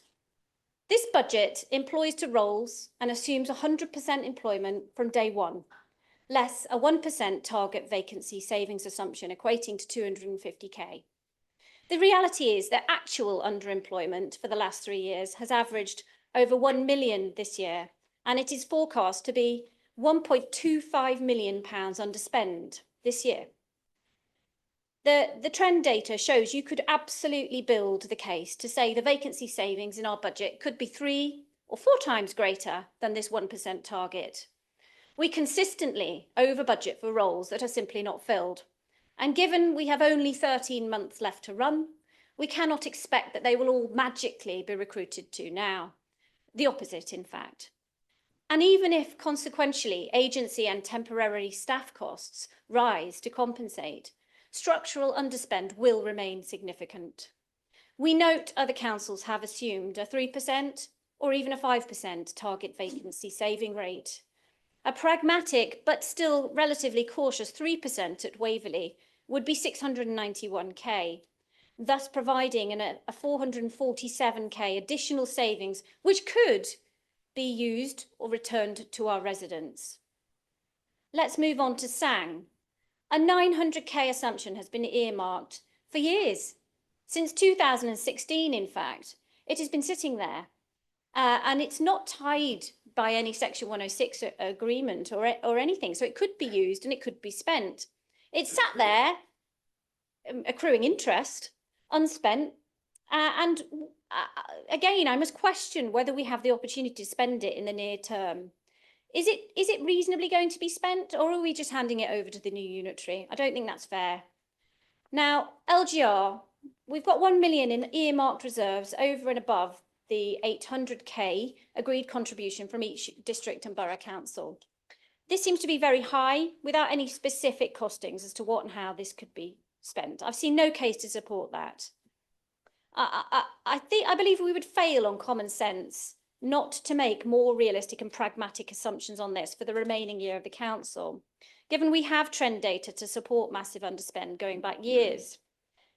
The opposition groups collectively, I believe, could have gone substantially further than they have in collectively proposing amendments. What is in fact proposed is in fact pretty modest and supportable in my view. Parking. I want to place on record my thanks to the Overview and Scrutiny Committee and to local campaigners, quite literally saving the executive from themselves on the initial partings for proposals, which included scrapping the 6 and 8 hour tariffs, creating a cliff edge jump from £5.60 for up to 4 hours to £25 if you went a minute over. The fact that these ideas were even tabled is a depressing indictment of how little regard the Liberal Democrat executive has for high street workers, businesses and shoppers. Yet the executive boasts of supporting our high streets while proposing to spend £11.2 million and counting on 69 High Street in Godalming in the Leader's Own ward. Now left vacant will be 4.5 years and now costing the HRA an eye-watering £600,000 per flat to create 13 units. I think the executive need a reality check here. Unfortunately, we still see in this budget the executive pushing yet more parking increases onto our shoppers and onto our workers. It proposes an 8 to 10% increase on the 1 hour rate across key car parks, which is 55% of all the tickets sold. These rises come on top of the nearly 30% increases imposed in most car parks in the last 2 years, which means that compounded, residents have been hit with almost 40% parking increases in just 3 years. That's not supporting our high streets. It's not encouraging football. It's determined revenue collection exercise. The research is clear. Increasing the first hour charge discourages visits, reduces football and harms businesses. This is economically illiterate and socially damaging. Now, let me just move on. So Waverley's not central London. It's a rural collection of towns and villages. So given our rurality, you might expect our parking rates are somehow cheap for Surrey, but that's just not the case. Our research shows we have some of the highest all-day rates in the county of £24.40. And this accounts for a massive 24% of our income. Now, this is an additional tax. I mean, I've even seen emails from Councillor Faircroft suggesting bids could be used towards Waverley-wide discount scheme falling within the election period. That is, in my view, taxing businesses twice via the bids, using them to offset political decisions of the executive to increase parking. I strongly suspect it's against bid governance and election rules too, and I will strongly object to this if this suggestion is taken further. So I'd like to move forward now onto my following amendment, which you have all seen in your papers. We're all very happy to support the proposed Farnham resident amends. So here we are. My amendment proposes no parking increase for the last year of Waverley's existence, incorporates the proposed free parking for blue badge holder scheme, and extends the proposal for £1.40 parking to £6 6 nights a week. It's fully costed, and following further discussions with officers today, I believe there's ample funding to fund this and indeed all of the Farnham residents' amendments too. The budget numbers show the increases are simply not necessary. Let's deliver what we can back to our residents by freezing parking for the last year of our council. It's all a question of priorities. Ours is to our residents. Now, I'm proposing the motion and it is seconded by Councillor Martin. Let's do what we can for our residents in the last year of our existence. Thank you. Thank you. Councillor Martin, do you formally second and do you reserve your right to speak? I formally second and I'll reserve my right to speak, Madam Mayor. Thank you. So we come now to Councillor Mirrlees. Thank you, Madam Mayor. This is proposing a minor amendment to item 7 and I have a seconder. Councillor Adam Deuce. Okay. So this is rather good news. This is for the Thriving Communities Fund. In recent years, our general fund working balance has not risen at the same pace as our net revenue budget, which it is supposed to track. However, following a review, the Section 151 officer has now confirmed that a forecast working balance of 3.2 million is appropriate. It is therefore proposed that additional support to our VCOs be provided through our Thriving Communities Fund, with 150,000 earmarked from the forecast of working balance. As councillors are aware, the Thriving Communities Commission has benefited so many of our really important organisations in helping and supporting young and old in need. We struggled last year to give those who applied our support as much as we would have liked to have done, so this comes as a welcome source of extra funding, and I hope that the councillors here will all recognise that this is something very worthwhile and something to be supported. Thank you very much. Thank you. Councillor Deuce, do you formally second and do you reserve your right to speak? Agreed on both counts. Thank you. Thank you. Councillor Munro. Councillor Williams. Thank you, Madam Mayor. Many thanks to the officers for their work in preparing this budget. I know from previous experience that a huge amount of work and effort goes into this process, and I also commend Councillor Merriweather, as always, on his attention to detail in terms of the work on this budget. But I must confess that I've listened to parts of this debate with a degree of quiet amusement. We've just heard a Conservative critique of the budget and the administration, which feels, if I may say so, slightly hollow, given the evident enthusiasm of the minority Liberal Democrat administration to embrace what can only be described as a rather familiar pre-election reflex, freezing and, in real terms, cutting car parking charges. And we've heard a Farnham resident-focused critique, which, boiled down to its essentials, appears to say, you may do what you like elsewhere in the borough, so long as Farnham gets lower parking charges and receives a new street vacuum cleaner, affectionately known as the Glutton. Now, I don't begrudge Farnham clean streets. I don't begrudge a glutton, nor do I object to scrutiny of the budget from any quarter. But if we are going to have a serious debate about the general fund, let us at least be honest about what is really at issue. I don't detract from anything that's been said about financial prudence, but what we are discussing tonight is not simply a set of spreadsheets. We are making political choices about priorities, and some of those choices I would very much agree with. The amendment relating to the Thriving Community Fund is something which I think is very much supported. But one of these choices, a very deliberate one, is to freeze car parking charges at a time when inflation has eroded their real value, when congestion remains a persistent problem across parts of the borough, and when we face real pressure on the general fund. It reduces potential income that could otherwise support services. It sends a signal, intentional or otherwise, that we are unwilling to use pricing mechanisms, even modestly, to shape transport behaviour. And it represents, in my view, a missed opportunity. I'm not arguing for punitive increases. I'm not anti-motorist. I am not arguing for revenue maximisation at any cost.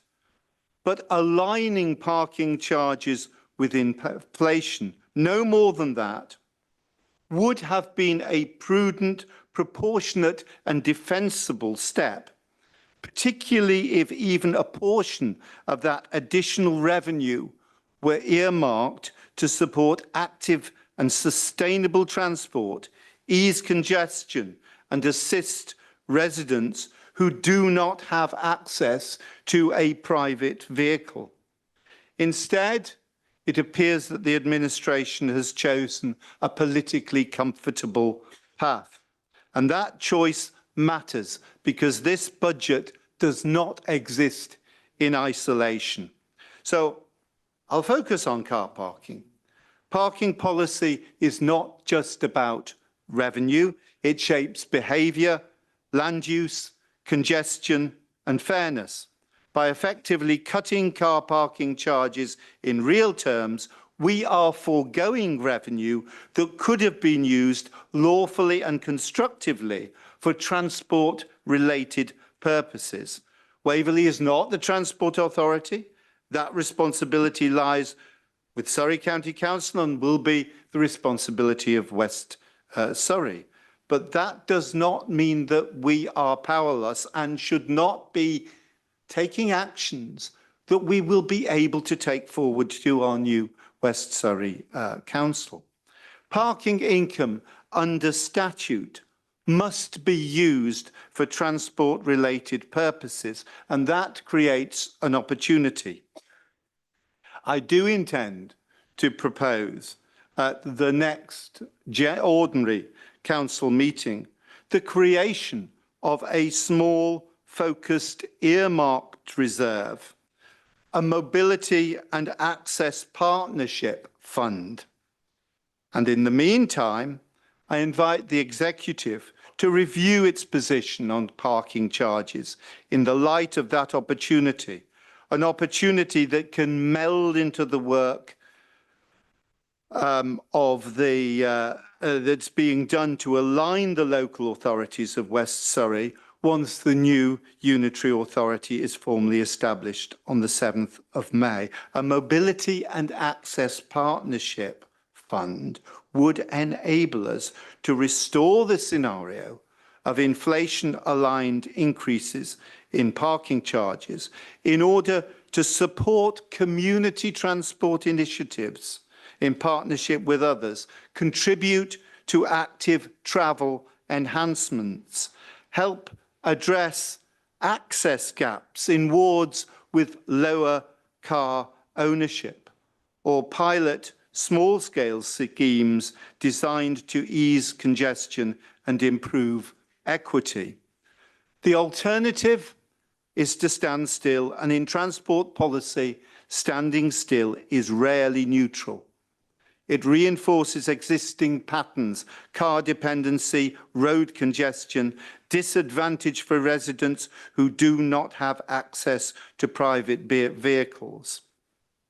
It's about recognising that parking policy is one of the few levers that this council directly controls that intersects with mobility, public spaces, air quality and fairness. Freezing charges may appear generous, but it is not equitable. Households without cars already subsidise a transport system that works least well for them.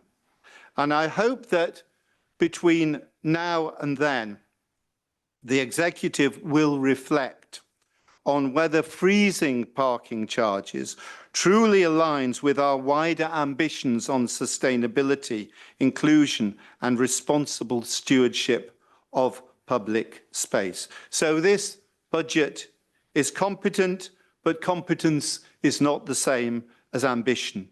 And tonight, I believe that we have seen a missed opportunity to connect financial prudence with a real sense of vision for the way we travel around Waverley in line with our corporate priority of a more sustainable borough.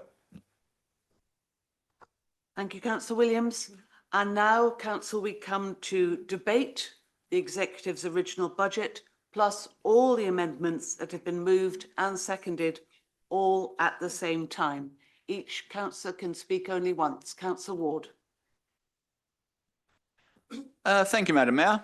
I'm glad the leader of our group has modified his third point, because I really want to see our car parks fixed before the axe falls on Waverley. It's been noted earlier that this is indeed a well-balanced budget. In fact, it conformed to an interesting but unnecessary triple lock. On page 157, we have projected expenditure of 22 million and income of about 22 million. And move forward to page 212, the shocking figure that our reserves are also 22 million. I do not see definitive plans to spend all this money in the next 12 months. And so I am very nervous that a considerable portion of it will be handed over to the new West Surrey Unitary. And we can all guess how much of that will be used for the benefit of Waverley ratepayers, who contributed all of it. I think we must all be aware by now that local authority accounting is a strange, almost Alice in Wonderland area that is totally foreign to those of us with a business background elsewhere. So let us focus on the words on page 141. The full resources available to the council must be deployed to their best advantage. I contend that these figures suggest that they are not. The various definitions of reserves have always been somewhat strange, but we do have usable reserves and allocated reserves. However, whatever they are called, I am sure that our ratepayers who stump up for our allowances would be alarmed to see that we have managed to accumulate these sort of reserves.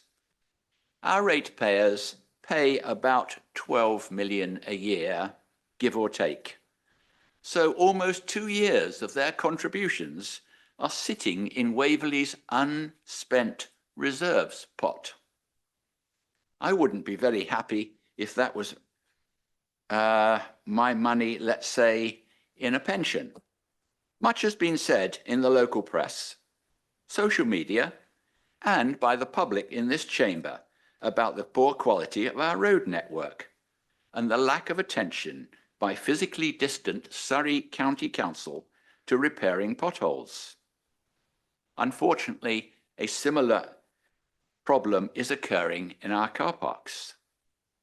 But once Surrey and ourselves have been suborned into the even more distant West Surrey Unitary, which, by the way, few of us want, the chances of getting our car parks properly repaired will sink to negligible. Constant pleas from our residents are for them to be properly renovated for us all, but particularly so that our womenfolk and our elderly feel safe. And we have this one final opportunity to listen to them and to really do something positive for them.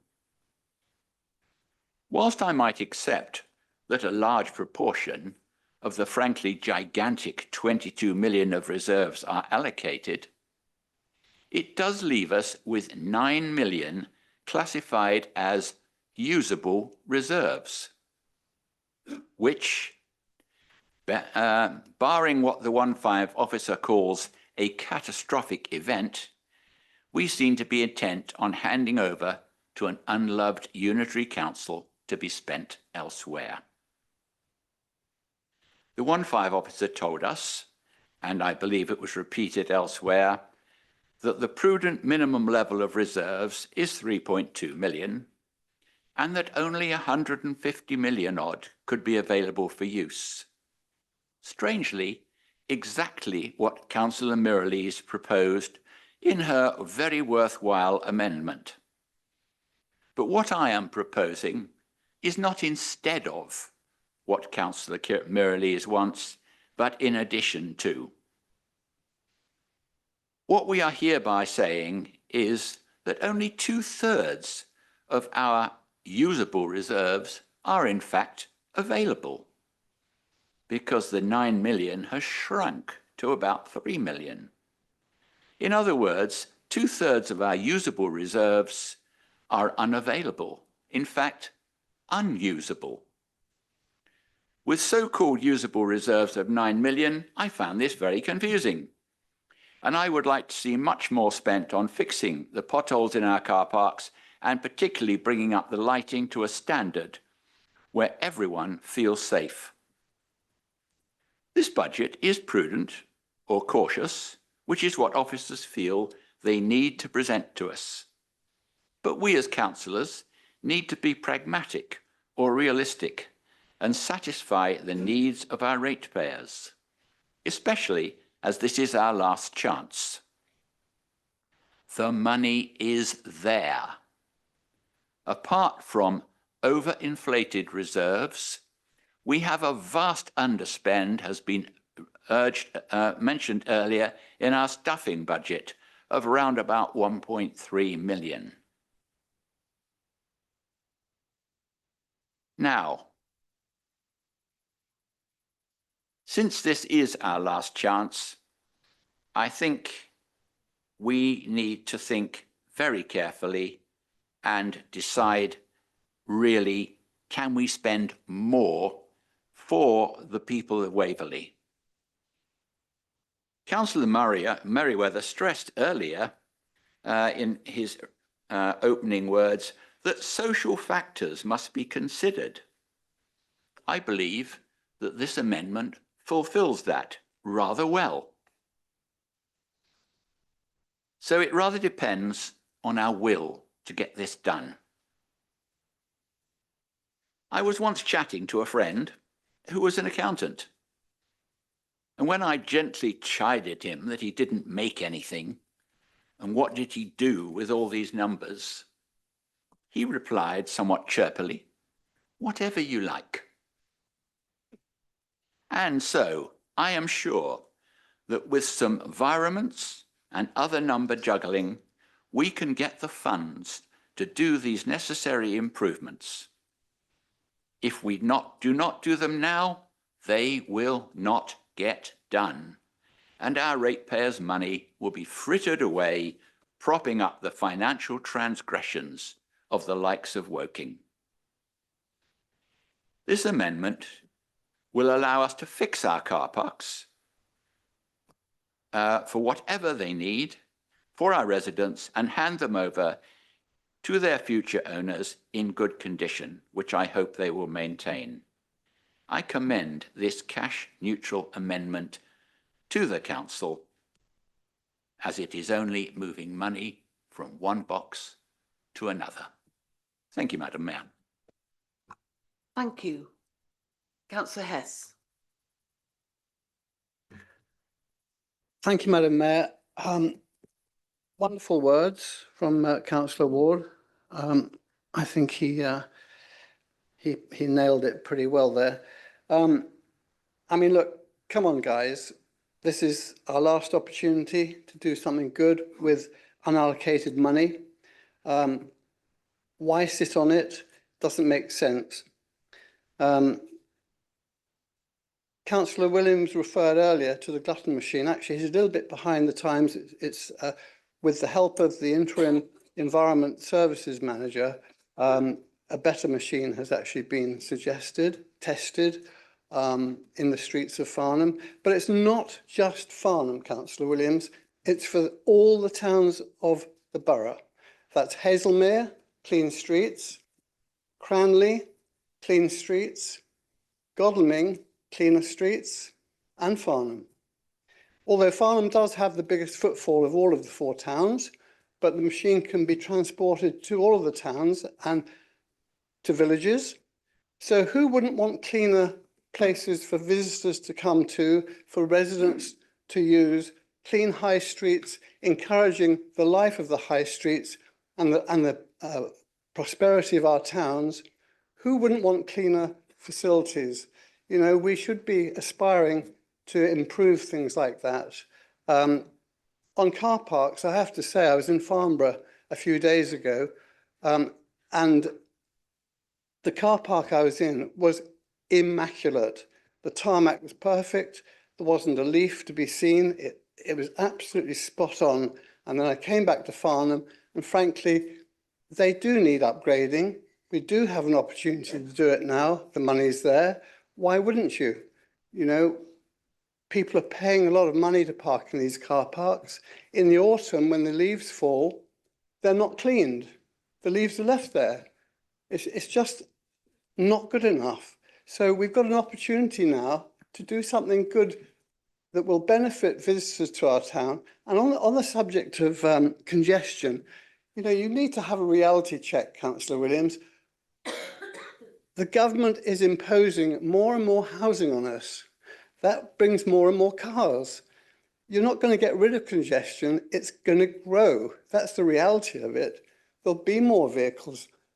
You can't get away from that. It might be a lovely aspiration to get all the cars off the roads and everybody get into bicycles and walking. But the reality is we're being imposed with more and more housing from central government, and that brings more vehicles, more congestion. So we do need to have good car parking facilities. That's just the way it is. So I really urge support for this, and also for Councillor Mirrlees's amendment as well. So thank you very much, and I hope you will support. Thank you.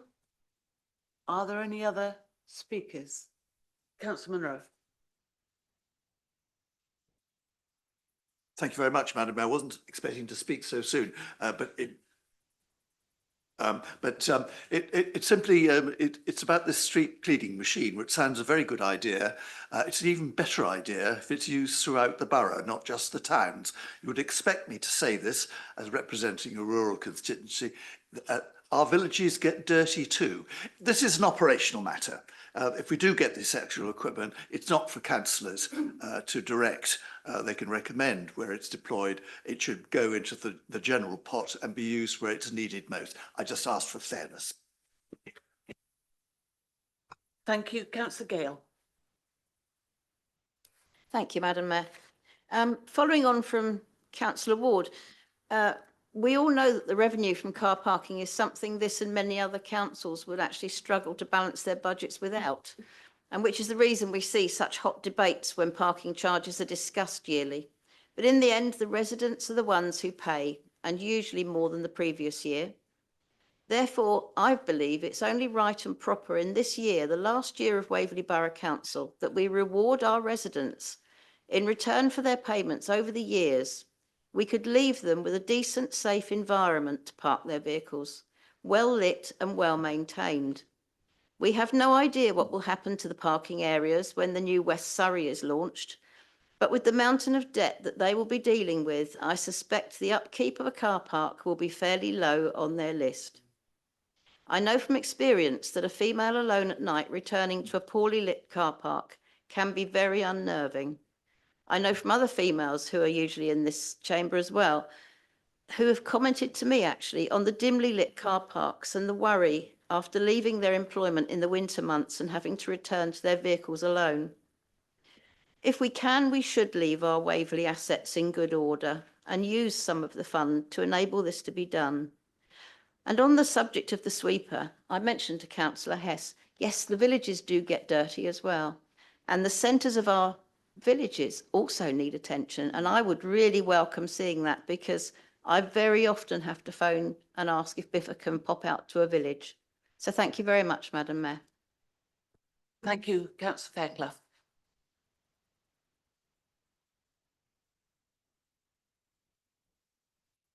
Thank you, Madam Mayor. If I may start with respect to Councillor Murray's proposed amendments on Brightwells car park, and seriously, I do apologise to all other members that we start with a Farnham issue again. Right, look, as part of our budget setting, we had considered this option and we had rejected it. Our concerns related to the period in which parking in Brightwells was free. It meant that in practice, the spaces were filled by commuters going up to London. The car park was full by 8:30 a.m, leaving no spaces for shoppers or visitors. This is not what businesses wanted, and they told us so. I do remain concerned that Councillor Murray's amendment may have a similar outcome. And having spoken to key businesses in Brightwells, they also recognise my concerns. However, I'm mindful of Waverley's commercial interest in the success of Brightwells. We want the businesses to succeed. If they do, Waverley and its residents will enjoy the direct economic benefits of them doing so. Which is why I went back to key businesses this week to discuss Councillor Murray's amendment. There do remain risks, but key businesses now agree that they are risks worth taking.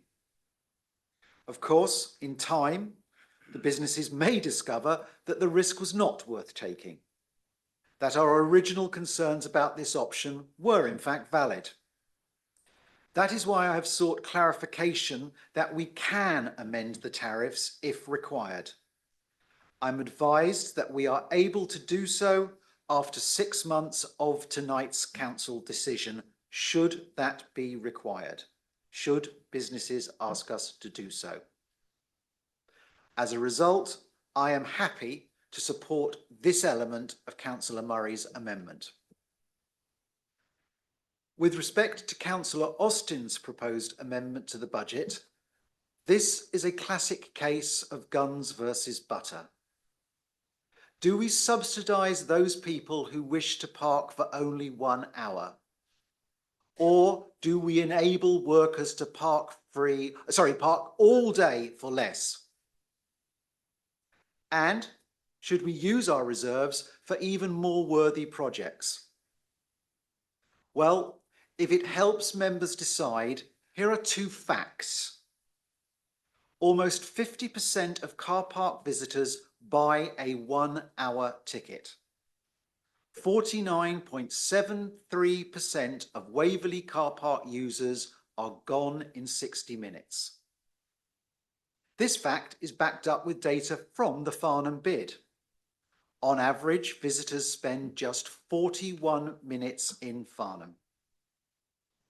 Councillor Austin's amendment will do nothing for businesses, and it actually penalises their workers. All it does is subsidise those people who are only going to stay for 1 hour anyway. Councillor Austin has no proposal to raise revenue. She is simply spending our savings. Now, I have absolutely no problem with spending money if we can afford it. And now I'm told we can. So let's spend it in the right way. Think how that money could be allocated by our Thriving Communities Fund. Targeted help for the most vulnerable members of our society. Money spent on the people who really need it. I know where I'd like that money to be spent, and I trust that all members will feel the same. Therefore, I reject Councillor Austin's amendment accordingly. I would finally like to come back to Councillor Murray's proposal and the third part of his amendment, and I confess I am slightly confused by it. The proposal is to reduce reserves to the minimum level of 3.2 million, which would release £150,000 to offset council tax. I know that Councillor Murray then made a suggestion to put money into into the refurbishment of car parks. But the fact remains that there is only £150,000 in play, as it were, from this proposal. I would love to have more money to put towards the refurbishment of our car parks. I listen to and I have heard the concerns of residents and members, and indeed my own eyes. But I'm not entirely sure that this proposal would allow me to do so. £150,000, that's 5,000, we've got 30 car parks, that's £5,000 a car park. So I'm not sure how this proposal would allow me to do so, but if we can find a way, then yes, I would love to do so. I just don't think this proposal is the right one. Thank you very much. Thank you. I was going to take a break around about 9 o'clock for everybody's comfort. However, it is now 9:10. Would you agree to a 5-minute break now before we finish the debate, or would you rather finish the debate? Finish the debate. Councillor Spence. Thank you, Madam Chair. And I would first of all thank Councillor Murray in his new role and welcome him to that. In that, I want first to address both his remarks and those of Councillors Ward and Hess. I think there are very few of us, if any, here who would disagree with the state of the car parks, and would most of us agree that they do need improvement. However, there seems to me to be a misconception about this sort of level of reserves that we have available. I hope all members have read the Section 25 report that the Section 151 officer has produced. Just to remind us all, it is a statutory requirement that we must consider that report. And in our decisions, if we make decisions that do not make proper consideration of that report, we find ourselves in a lot of trouble. Now, I would draw your attention particularly to the page 13 of that report, where the officer details some of the headwinds, some of the risks that we're facing. I'd ask you all to read those with care. Now, Councillor Murray is a fellow member of the Audit and Risk Committee, and in our last meeting, we had a very detailed consideration of the strategic risk register. We saw risks that were going up, financial stability up because of the macroeconomic conditions, LGR up, the scale and pace of change up.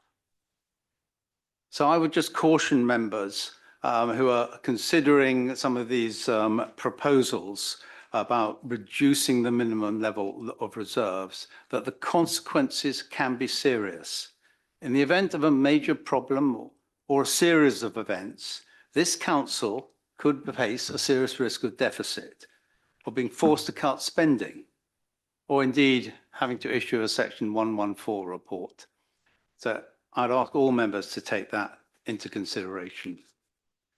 And if I can then turn to Councillor Austin and her remarks. Well, Councillor Austin, you promised us politics and you certainly gave it to us in a blizzard of political remarks. But frankly, I'm somewhat bemused because we have before us here a Conservative amendment calling for a freeze on the car parking charges.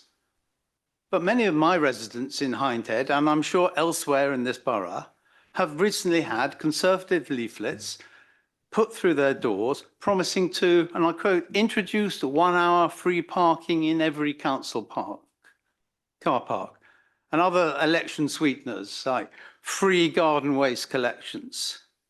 If the Conservatives are genuine about these, where are the proposals? Why have they not made offered amendments up here? Maybe they have consulted the 151 officer and the sums simply don't add up and they're not affordable or prudent. Or maybe they were just more examples of the Conservatives making promises that they have no intention of keeping. I think that shallowness is something that we have probably come to expect, and I think it lies in stark contrast to the responsible approach that this administration has taken in constructing a sustainable and prudent budget. Thank you. Thank you, Councillor Goodridge. Thank you, Madam Mayor. This must be the last, thank goodness, budget debate I've had to go through, having, I think, probably sat through more than anybody else in this chamber. Anyway, be that as it may, I just wanted to comment briefly on Councillor Austin's proposed amendment. It's being suggested by some that by freezing car park charges, the revenue that we lose, or the increased revenue we lose from the car parks, would then not be able to be spent on other things. Well, we're not proposing in the amendment to cut any expenditure that has already, that's in the budget. It's coming out of reserves, and more importantly, it would appear that those reserves are going to be replaced pretty quickly in any event by the under expenditure on staff, which is inevitably going to happen this financial year and next. And therefore the suggestion that we are irresponsible by freezing the car parking charges just isn't right. It's really part of what Councillor Ward has said. We have accumulated reserves. The locals in this borough deserve to have some of them back. And all we're doing is actually not increasing the reserves even more by ensuring that the underspend, for example, on the staffing budget, is actually spent by giving it back to the council taxpayers.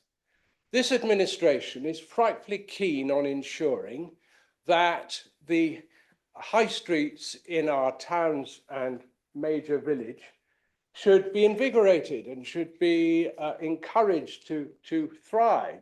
Hence, we bought 69 High Street, which partially was for that purpose.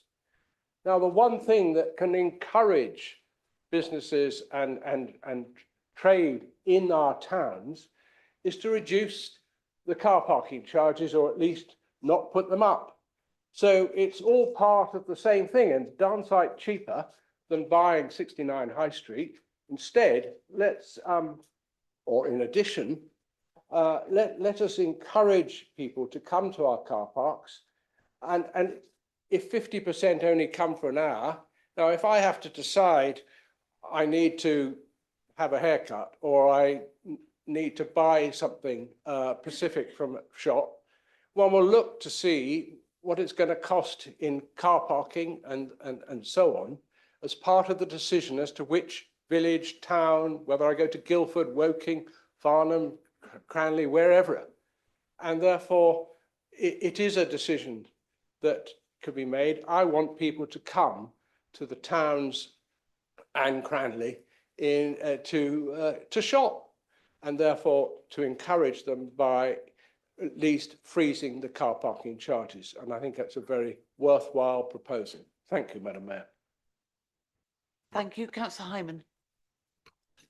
Thank you. I must admit, I'm a little bit confused. We had a piece of paper put on our desks at the start, which was the amendment that Councillor Mirrlees has put in, where it tells us that we've got enough money with a review to pay for some extra money for voluntary community organisations, which is wonderful, and we're all very happy for that. I'm a little confused because we had been told that Councillor Murray's amendments could be funded on their own. We were also told that Councillor Austin's amendments could be funded, but together we didn't quite have enough money to do both of them. And then we got a piece of paper saying, oh, well, we've got money to do something else instead. And so I'm a little bit confused by this, and I'm going to have to ask, I'm afraid, for our Section 151 officer to clarify where we really stand on this, because as just been said by Councillor Martin, there's going to be an underspend on staff, absolutely inevitable, and so we should be able to spend some money, some of that money, knowing how much we've done from the past 10 years. Every year for the past 20 years, there's been an underspend we can count on. Obviously, we don't want to put ourselves in a difficult position, and we wouldn't want to open ourselves to criticism from the Liberal Democrats saying that we were putting ourselves in a difficult position. But we know we can count on an element of that. We know the government's also just turned around and said it's going to put some more funding into the cost of LGR for councils, which is great. I don't know whether that's been built in. Perhaps that could we can get an answer. We know that the EPR, the extended producer responsibility, whereby our residents paid for collection of recyclables last year, where that's now we've received for over 2 years, last year and this coming year, for over £4 million. That's a 40% increase in council tax for 1 year, if you want to look at it that way. £4.4 million, and I can't see any of it being used in this budget. So please correct me if I'm wrong. But why are we not giving that money? Surely it's immoral not to give that money back, because our residents put it in last year. They've been paying for that part of the recycling that they've always had to pay for in the past. Now the government says that the producers, the manufacturers, have to pay it. We've been given the money for it. Isn't it immoral for us not to give it back to the people who have already paid for something they didn't have to pay for? So how much of that money can be used? So I'd like to ask, please, and I want to know, because we're in a very difficult position, all of us sat here now, same as me, presumably, if we were to... Thanks to Councillor Fairclough for supporting Councillor Murray's motion in respect of Brightwell's car parking. That's great. That's very handy. But if we were to look at every other motion we've got in front of us now, and we were to agree all of them, right now, it seems to be I'm being told that we can't do all of them. But hey, hang on, that story changes with the wind, it seems. If we were to agree to all the amendments that are in front, the 150,000 from Councillor Mirrlees and the amount, and we were to use some up to say £1 million of the EPR, if that hasn't already been included, can the Section 151 officer please confirm that we can afford to do that? It seems to me we've got money swanning around everywhere, and we're just going to hand it over to Woking. And in short, that's not exact, obviously, because there's lots of other councils involved. But I really think we all in this chamber need to know how kind or unkind we have to be to residents who have already paid money for recycling that apparently we're not going to let them have back, even though we're just going to hand that over to someone else. I don't know. I might be wrong. We want clarity on that. How much money can we use? Does that allow us the £400,000 we need to not increase council tax this year? I understand 2.99% for us. Rise in the Waverley precept, it would cost us £400,000, something like that. I mean, that's a drop in the ocean compared to the 4 million that we've got out of the EPR. So, the £150,000 for Councillor Mirrlees' motion, drop in the ocean compared to EPR. Staff, the amount we'll save on staffing. 9 million that John referred to. Well, yes, and I don't want to say that we're going to be hitting reserves a lot, because actually I don't like to hit reserves. We know we've got plenty in reserve, but what we need to know is if we create all the amendments that are here regarding car parking and voluntary organisations, what can we afford to do that? And also another situation. Can we afford to also not increase council tax this year as a way of paying back the EPR money that we should be paying back to people. You know, that's far more money than a 3% increase, far more. But I think it's shameful that we're not giving that money back, frankly. We've got to be looking at, look, Surrey are going to put their share up. It's 80% or something like 70% of the amount people get on their council tax bills goes to Surrey and the police and others. They're putting theirs up 5%. Us not putting it up isn't going to make a huge difference. It's just giving people back what we owe them. It's not our money. It's their money. We're doing this with their money and we're refusing to give it back. And that upsets me. Everybody in here, particularly, you know, this budget that we've got here, it looks to me like we're saying, well, like with the housing revenue account, we've got our plans, we want to do these things. We forget it's not about us. It's about our residents' money. Give it back to them if we don't need it. I don't see how we need it. I'll stop with 4 minutes to go. Please clarify how much EPR money can we use? Can we afford to agree all the amendments? And on top of that, could we agree to not increase council tax? Thank you. Thank you, Madam Mayor. Through you, just to clarify, Councillor Hyman, we are in the middle of a debate. It's not an opportunity to ask questions of the Section 151 officer. I did say at the beginning, under the announcements when I talked about the procedure, that the Section 151 officer will give some advice at the end of the debate before voting on the interrelationship between various amendments that are on the table. So that information will be coming to you before you have the opportunity to vote on all of the proposals. Thank you.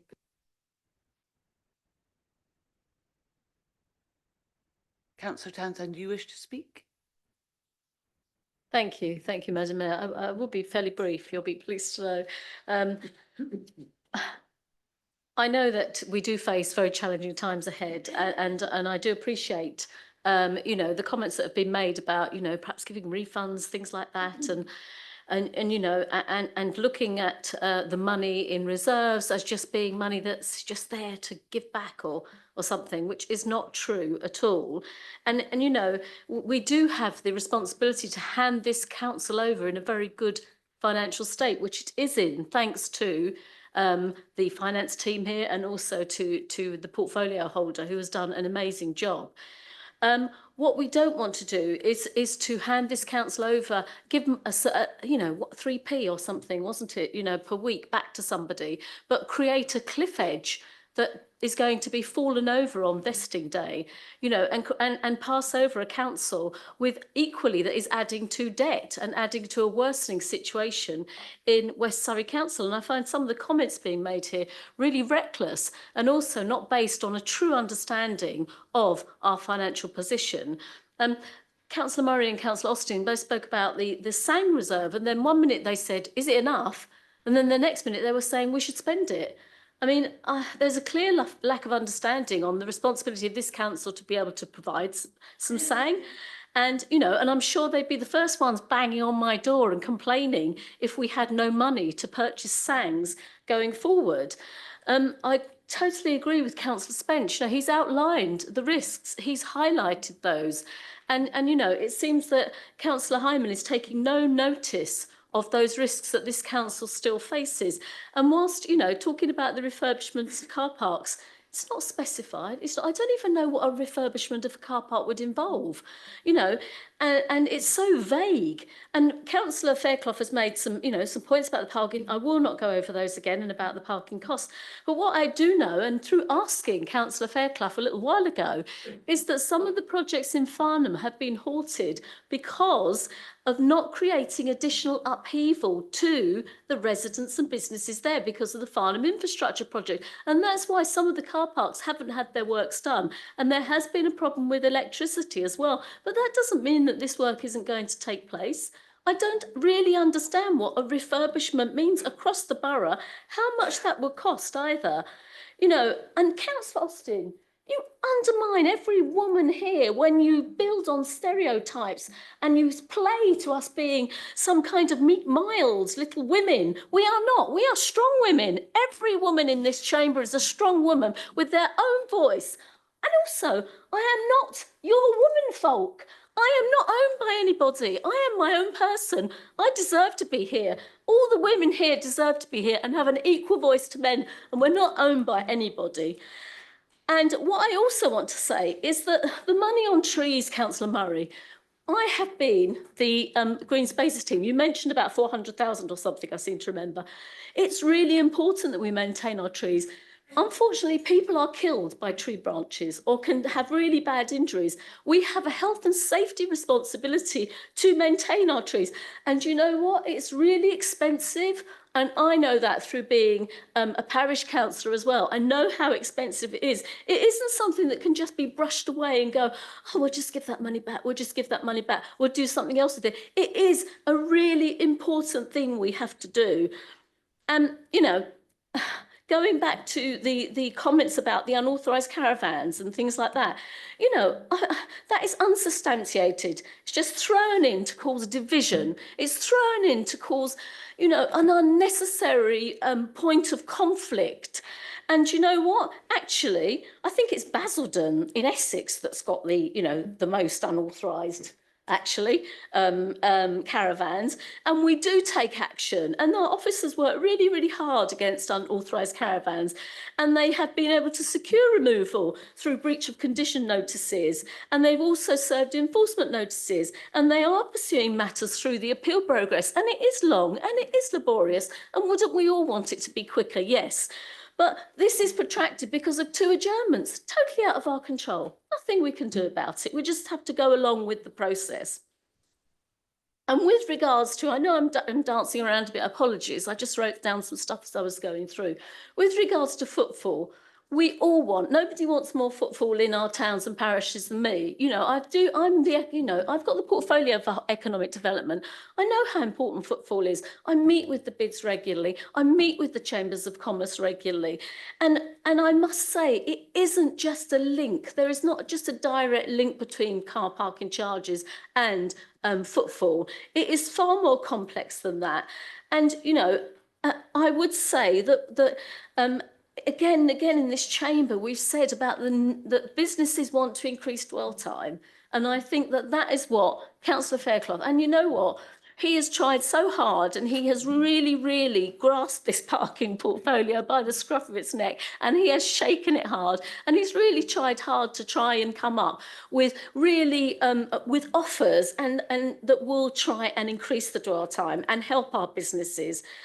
You know, I have to say the amendment that Kika brought forward, you know, I think that's really important. What are we here to do?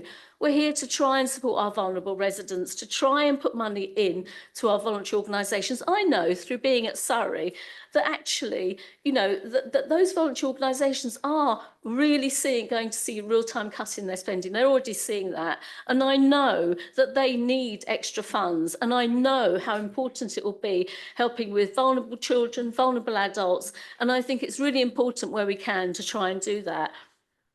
My last thing, which is a bit of bugbear with me, you might know, is the unspent Section 106 monies that exist at Surrey. We're talking probably nearly 30 million. Up till recently, even I couldn't get a list of those projects. I asked for that information. It was a mess. It was in this weird spreadsheet, which I couldn't understand. Nobody could understand. Surrey has admitted they need to try harder on that and they need to do a better way of presenting those. But also interest is earned on that money. And not all of that interest goes towards the projects. If there's a clause within the Section 106 to capture that interest, then that is how it happens. If not, it goes into their general reserves, but that goes into public money and it goes back to our residents. It's not kept somewhere. It's not frittered somewhere. Any money we earn, any interest goes back. It's public money and goes back to our public. And, you know, I think it's really important that tonight we look at what we are putting forward and we look at whether it really is costed, whether we really can afford it. And also, I would say the most important thing is to support those who need our help the most. Thank you. Thank you. Members, we should listen to each other with respect. With respect. No one should be seen to mock Councillor Liz Townsend when she's speaking passionately about women, to misquote the late, great Jessie Jackson. I am a woman, but I am somebody. Councillor Ken Reid. Thank you, Madam Mayor. This won't be a long speech like many we've already listened to, but I did want to pick up on one or two things that other members have said and to get some clarity around them. Because during her bashing of the administration at the start of her speech, I believe Councillor Austin said that the council had voted in favour of starting a service for developing an out-of-hours service. I believe that's what she said. And I thought that wasn't my recollection. So I did a quick Google search on it. And what it says is that we indeed did vote in favour of a motion to consider developing an out-of-hours planning enforcement service. However, this vote did not constitute an immediate final approval, etc. And it's so disappointing that when we have a conversation in this chamber that people introduce statements that are stated as fact, when in fact they are not.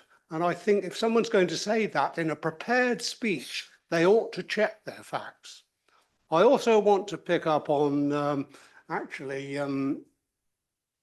Julian has stolen my thunder on this, because I was going to talk about the literature that had been going around, certainly under Councillor Austin's name, promising to introduce free parking for an hour in every car park throughout Waverley were she to be elected to the new authority. Julian asked, Councillor Spence, sorry, I'm using Julian because I've written Spence. Councillor Spence actually said, why was it not in the amendment? Well, Councillor Spence, I can tell you why it wasn't, because at the budget meeting that was held here in the chamber a few weeks ago, I asked that very question, and the finance officer at that time said, well, that would cost something like £3 million a year. And to put into context, £3 million, I believe, is about 25% on our council tax. So if we didn't collect it with parking fees, we would have to raise our council tax by 25%. I've talked long enough. I'm getting too emotional about it, but thank you, Madam Mayor. Thank you. Well, I view that we've had a good debate. There are 8 speakers yet to come, all of whom can take 10 minutes. So with that in mind, let us break for 5 minutes.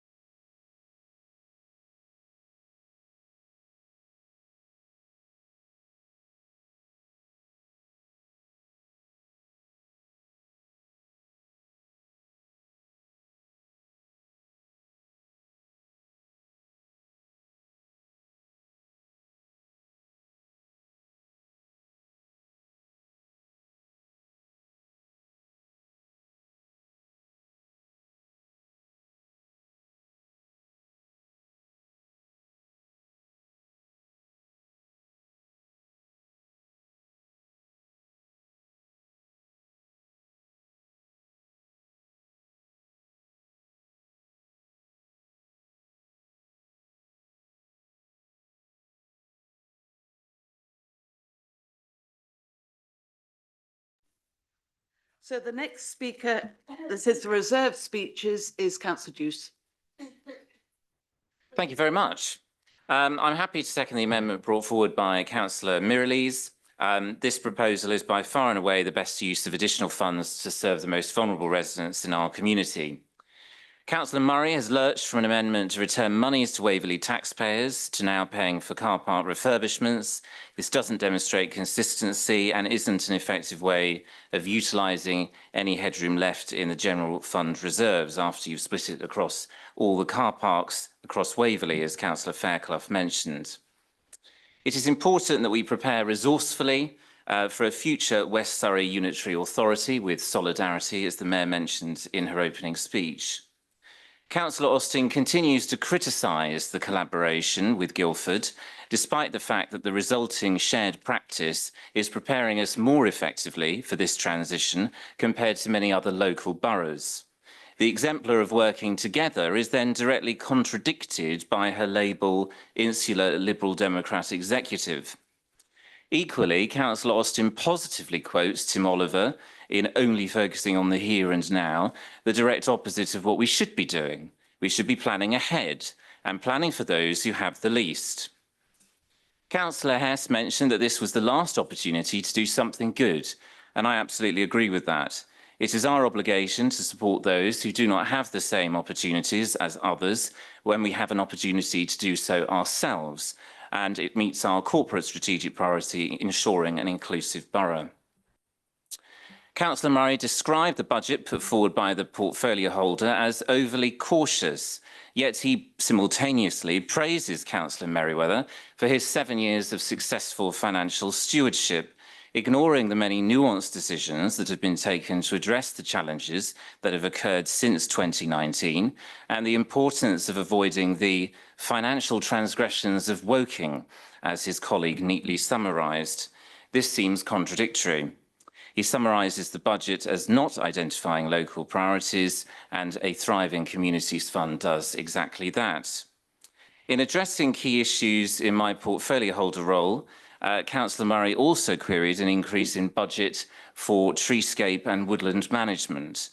To complement what Councillor Liz Townsend has stated in terms of health and safety regulations, there's been an increase in tree safety works required because of the considerable impact of recent storms and heavy rainfall.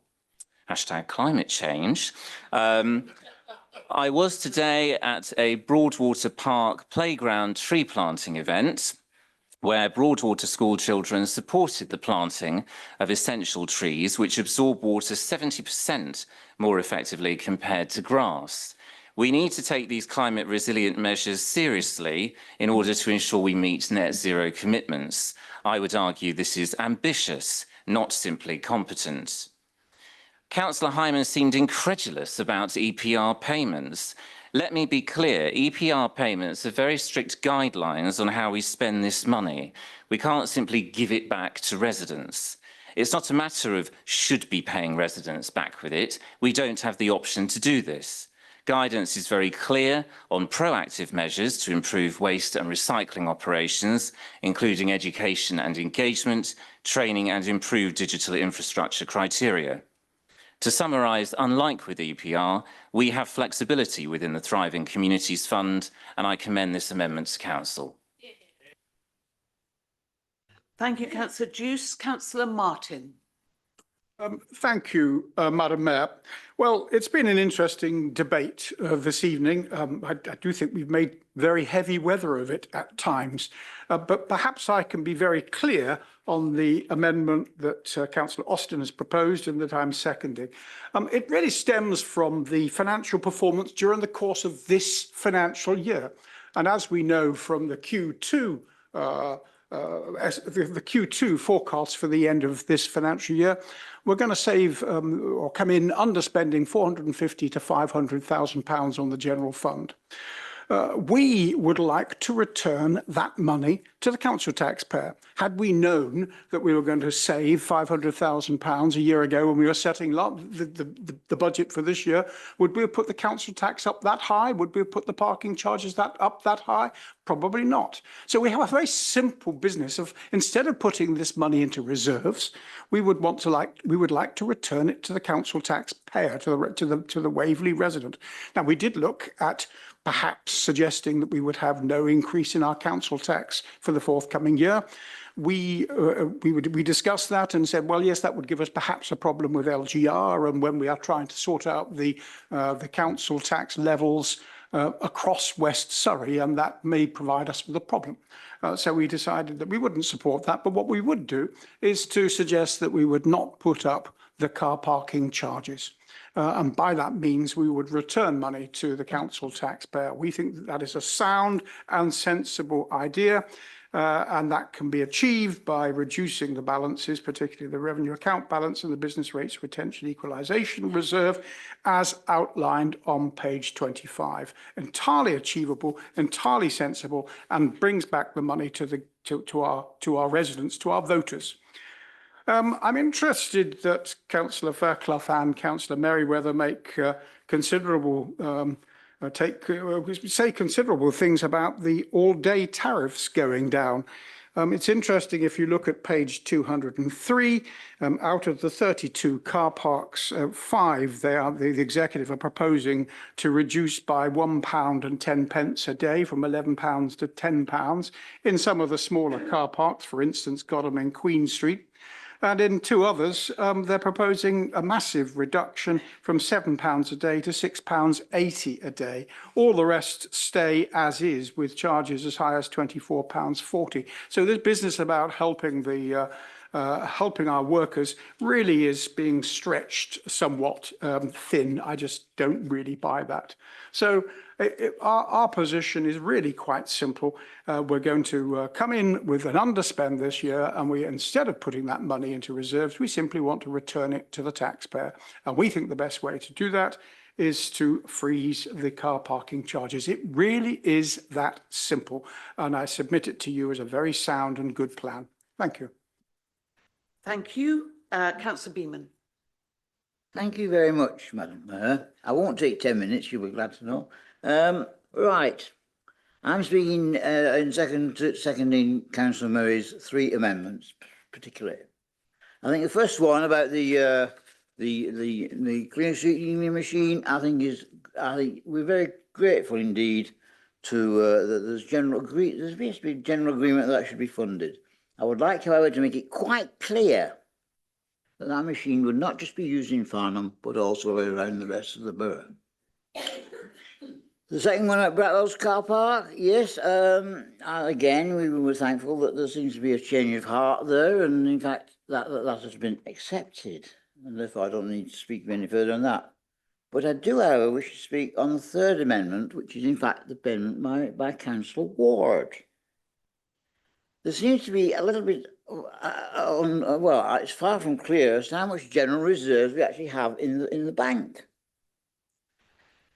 The Section 115 has said 3.2 million, and yet there are declared in the papers 9 million of reserves, unallocated reserves. Well, they're now saying that part of it's allocated because they're earmarked reserves.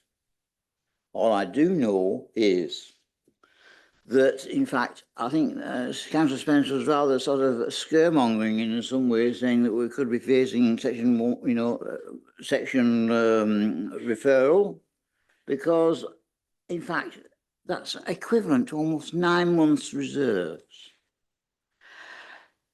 Therefore, I would have thought that Councillor Ward's suggestion that some of that money should be spent on repairing car parks, which are in a bit of a state, not just in Farnham, but across the rest of the borough, is justified. Now, obviously, we welcome the 150,000 for the additional Thriving Communities Fund, and that's very welcome indeed. All I would say is that as the year goes on, if this council finds itself in a situation where its unallocated reserves are still higher than it necessarily be, then we should certainly be looking at ways of spending that money. Because the last thing we ought to do is, in fact, hand the new West Surrey Authority with money that it really shouldn't have. Thank you. Thank you. Councillor Follows. Thank you very much, Madam Mayor. And I do want to start by thanking a few people. First of all, this is Mark Merriweather's 6th budget. He is by far and away the longest serving finance portfolio holder anywhere in Surrey, and I do believe, in fact, the south of England, possibly even wider than that. It's also pretty true that Waverley is one of the most financially stable and sustainable places in England as well. And I wonder perhaps if there's any correlation between those two things. I think there is.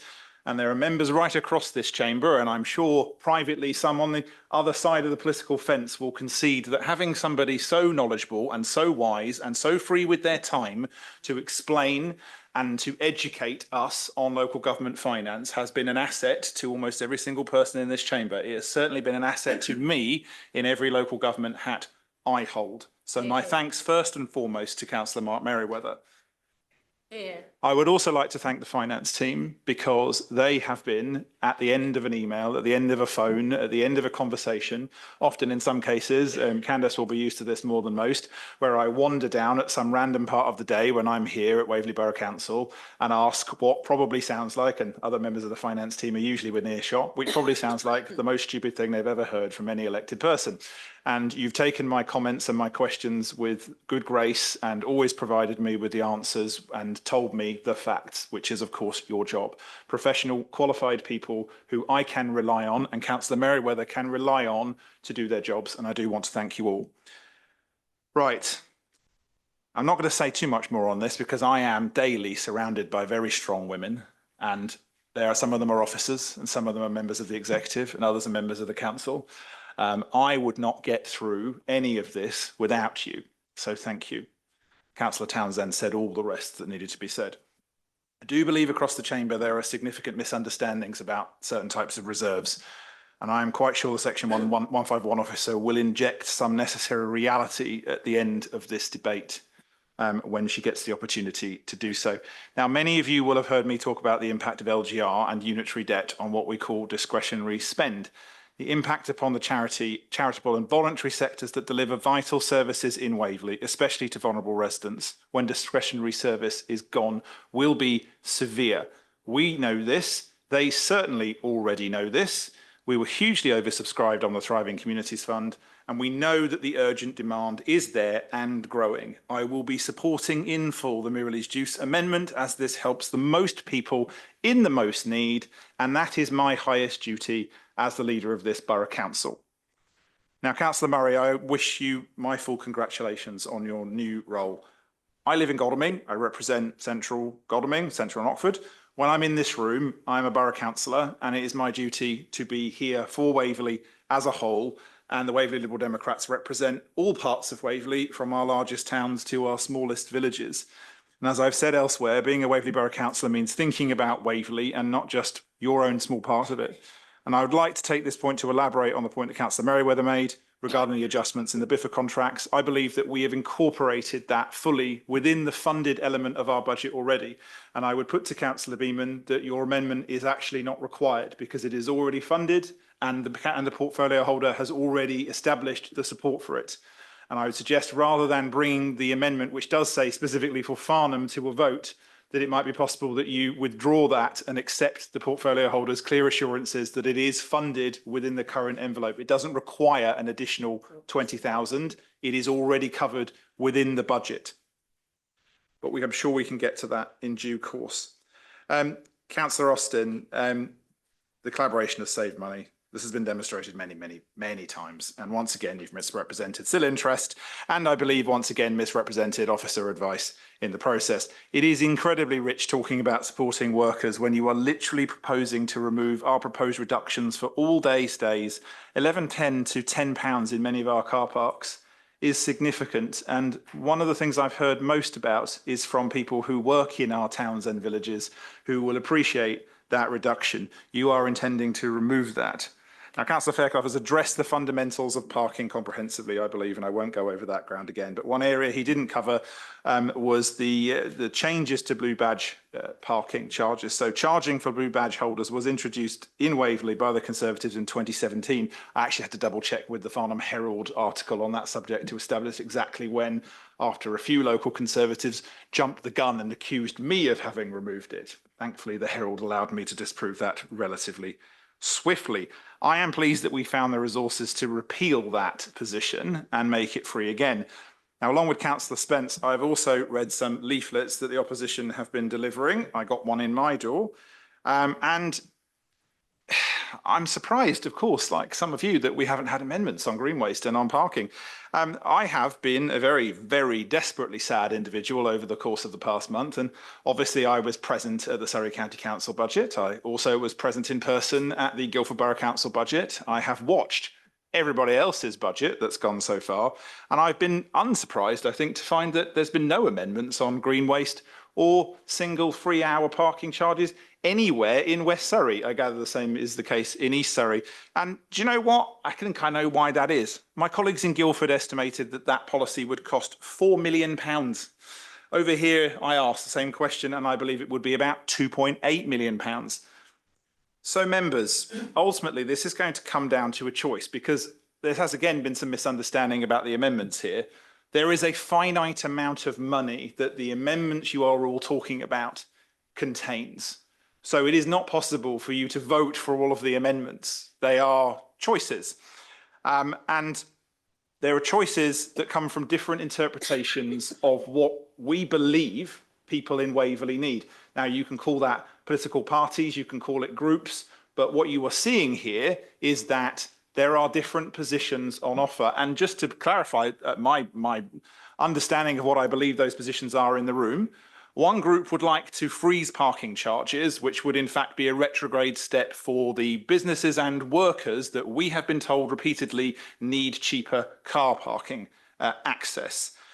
That is also giving back a fraction to some people rather nebulously.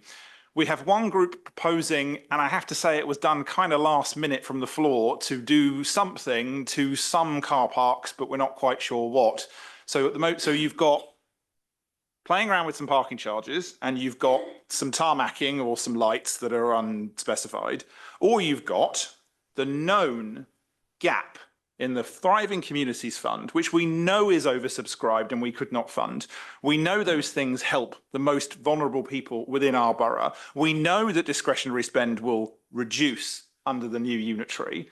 We know that these organisations are struggling now. So I go back to where I began in this speech.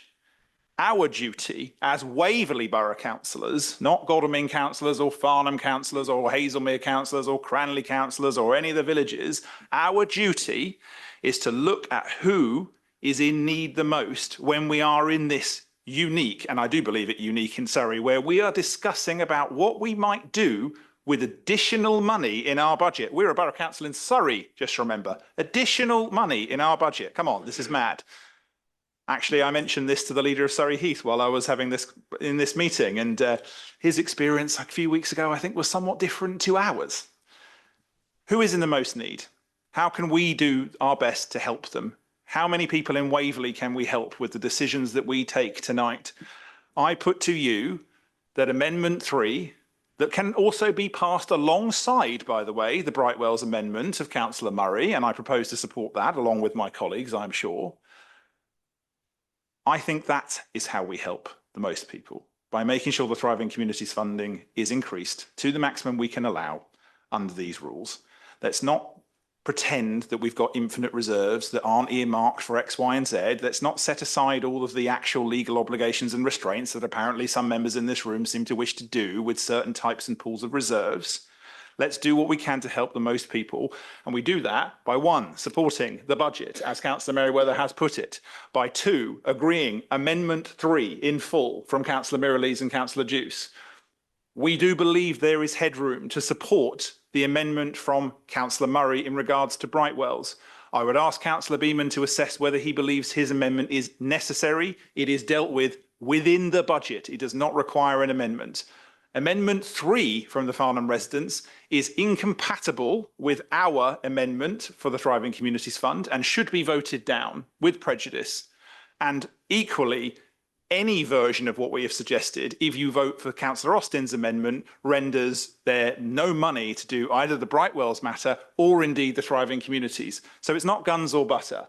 It's tarmac, it's tax, or it's helping vulnerable people. And I know where my choice lies. Thank you, members.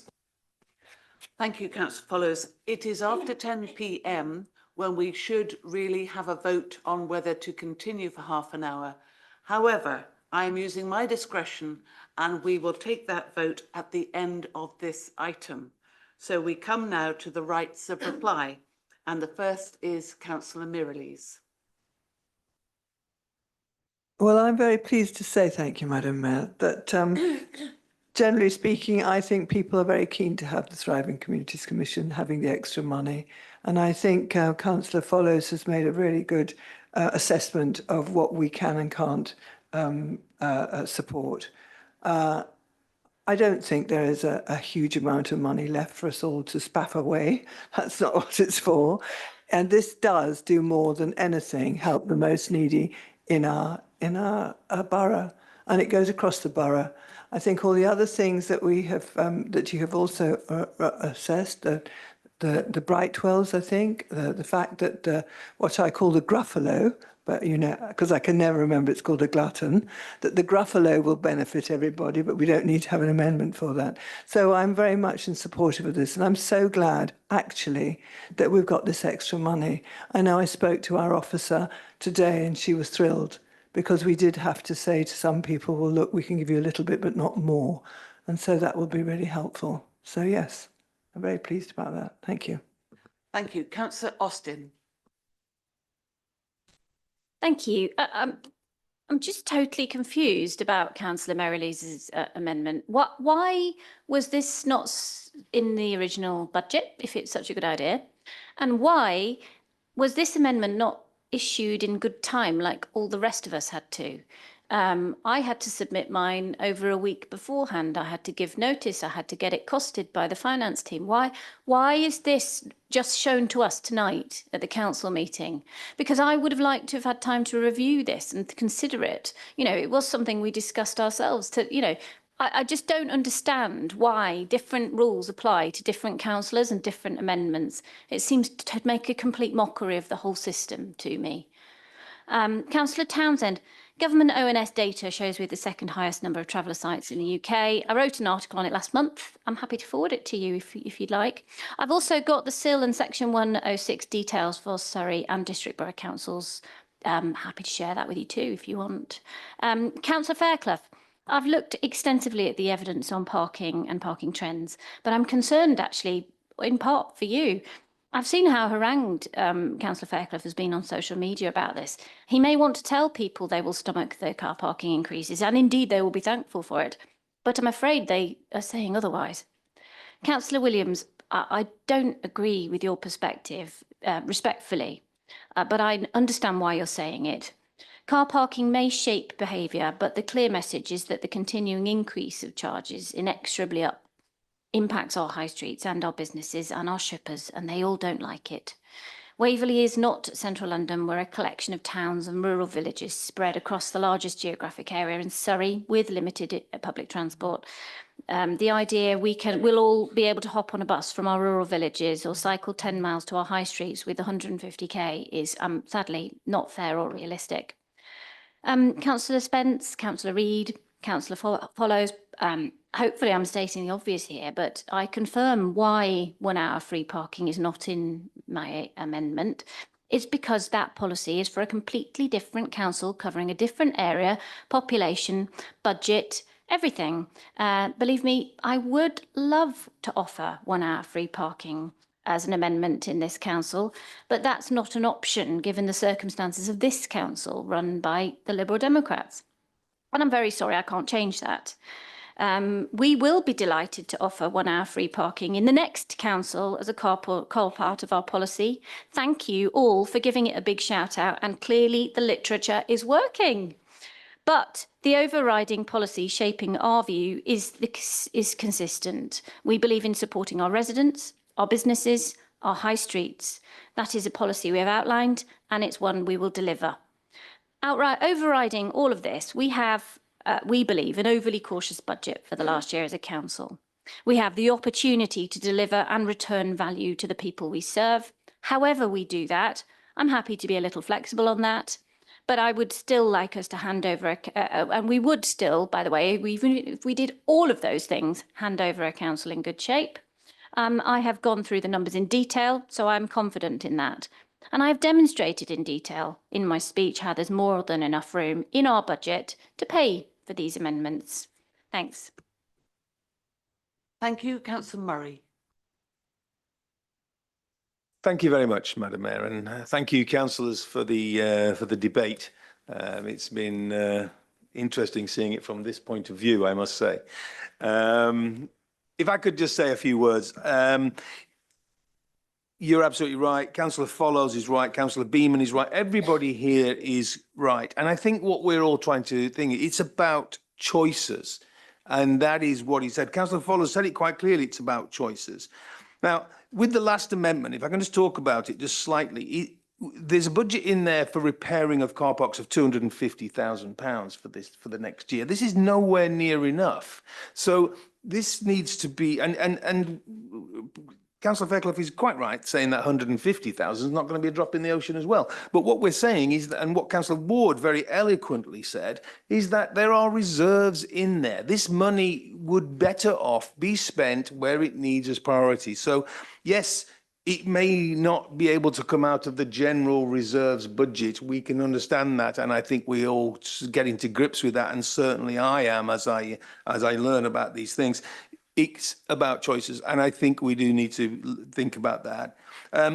Councillor Juice, I can compliment Councillor Merriweather.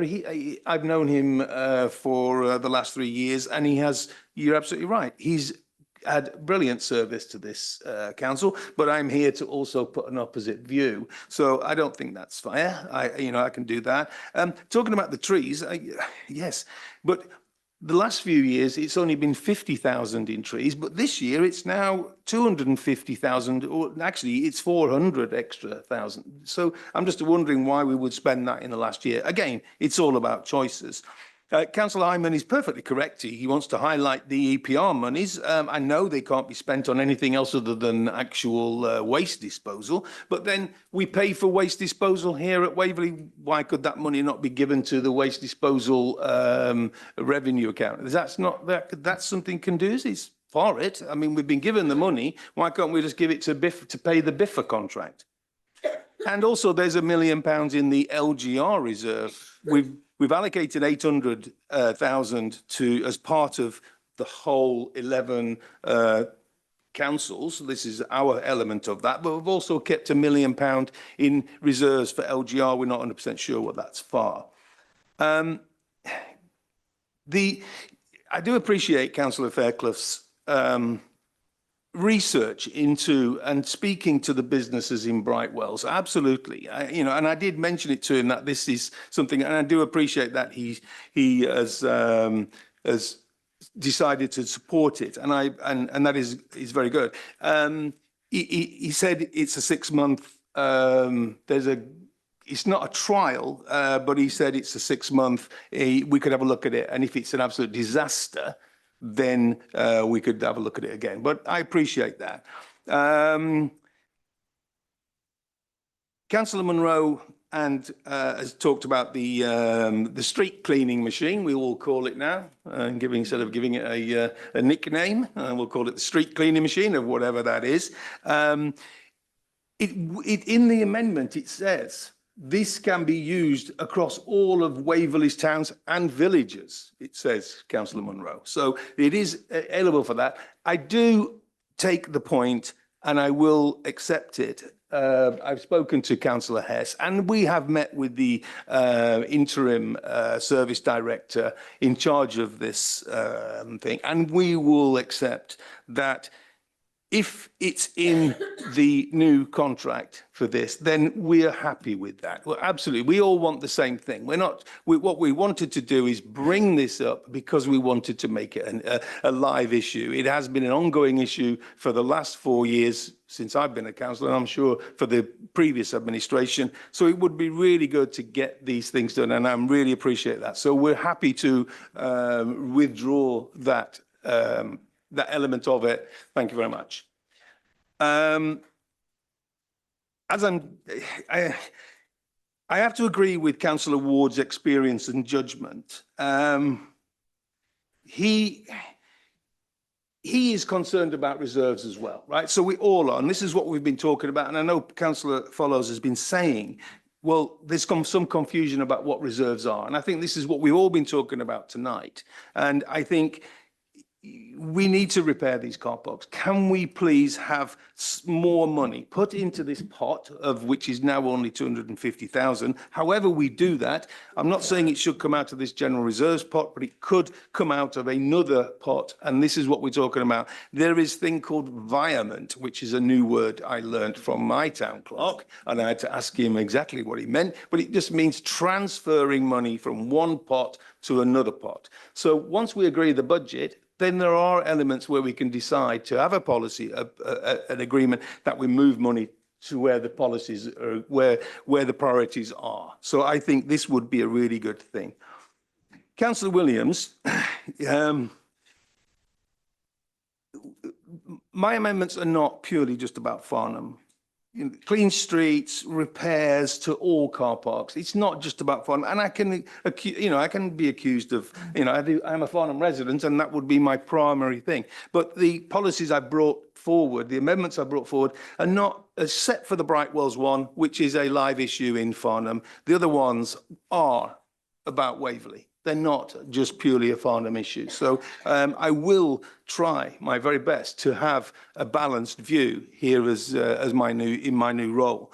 I support his initiative. He had an initiative which is called the Transport Initiative, and I think that is a valid thing and a very important thing. I mean, why do we not have any park and ride at weekends in any of our towns?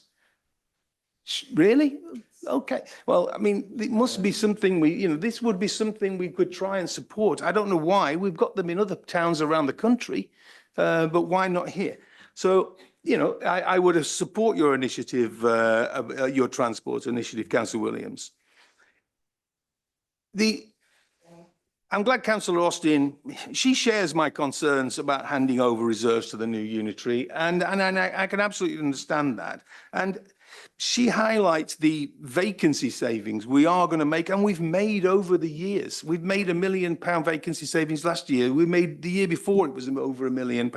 So this year we aren't going to have. We're also going to have we don't want £1 million. I've said it in many times, and I've said it in audit and risk, that the big risk, one of the big risks, is not being able to staff this council correctly. So I would hope we don't, but experience tells me when you look at the budget that, the other 2 years we didn't, we were £1 million underspend, likely we'll be £1 million underspend this year. So, this is another thing. It's choices. It's about choices of where we want to spend this money. So that's what I'll go back to.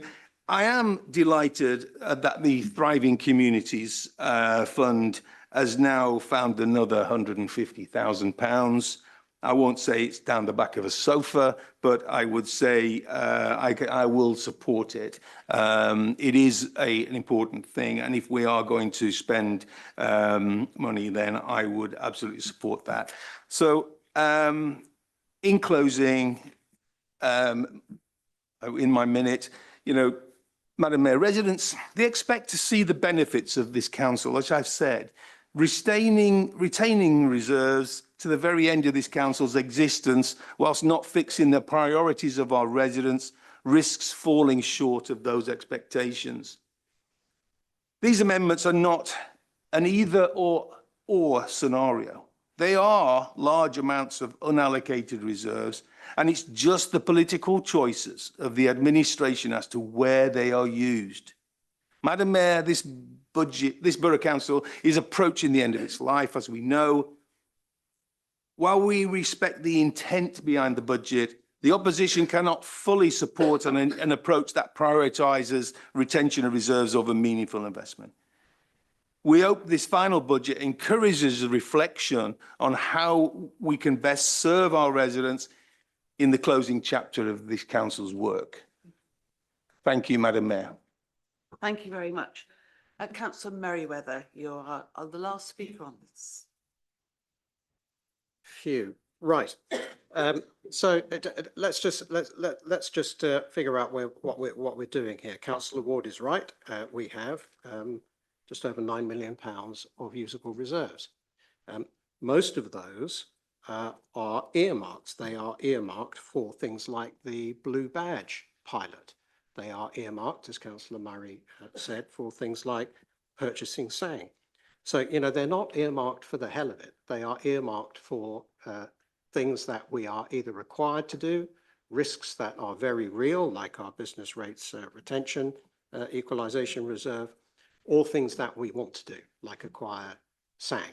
And I'm very familiar with the two projects that he's talking about in Farnham. He, of all people, knows how desperately hard we are trying to buy one of those.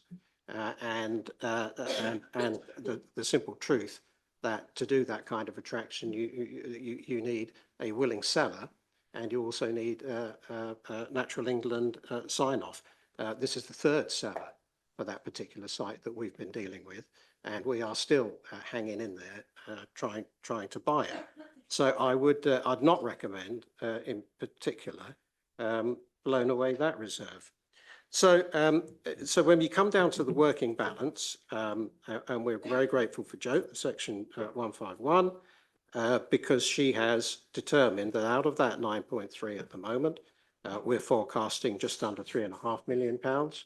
And Jo, in her latest assessment, which is done with Candice, which we all respect, is that the safe and responsible level for a working balance and unallocated, unearmarked working balance is around about £3.2 million. Well, if you look at what we've got, just shy of £3.5 million, we are arguing at the moment over £300,000. That's the available part, in the opinion of our section 151, that we have to decide how to share out. We cannot spend all of that at the same time. So I'm just going to run through all of the amendments. I'm very grateful that I forgot what to call it now. It's not a glutton. It's the cleaning machine. You know, I was thrilled to bits to find out that our officers have been talking to Farnham Town Council, and that, you know, it's going to be a machine with bells and whistles on it, and it's going to be available to use for everyone.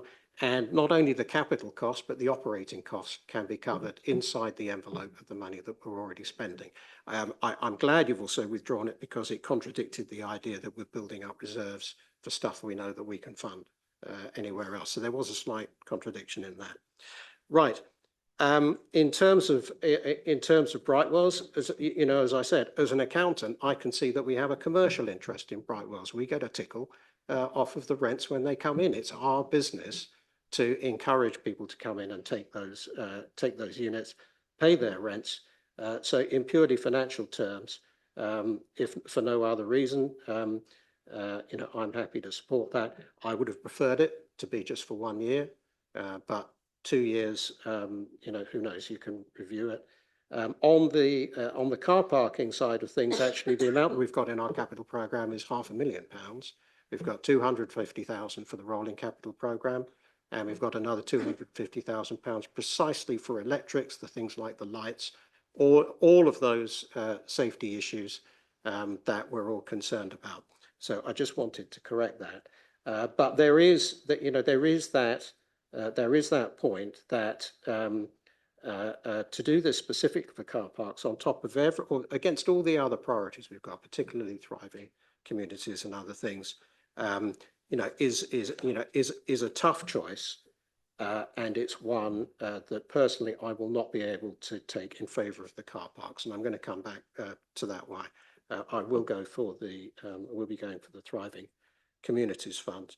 So let's go to car parks. I've heard repeatedly this evening that freezing our car parking charges is giving money back directly to the taxpayer.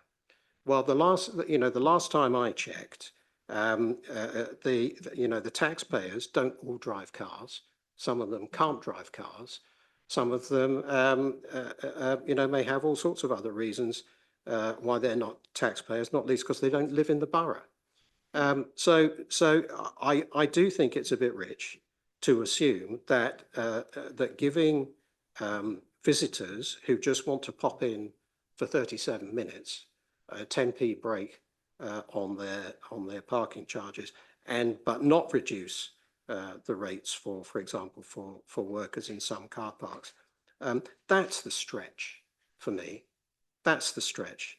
I also, I did chuckle at the idea of Councillor Goodridge, frankly, driving whatever it is, 10 miles to Woking at 45p a mile to go and get his hair cut, just to save whatever it was, 10p or whatever it is in parking in Waverley. If he goes for a haircut in Bramley, I think it'd even be free.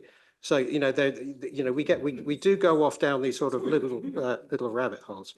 To come back to Councillor Austin's general points, though, I think as many people have said, she promised to be political, and she certainly was.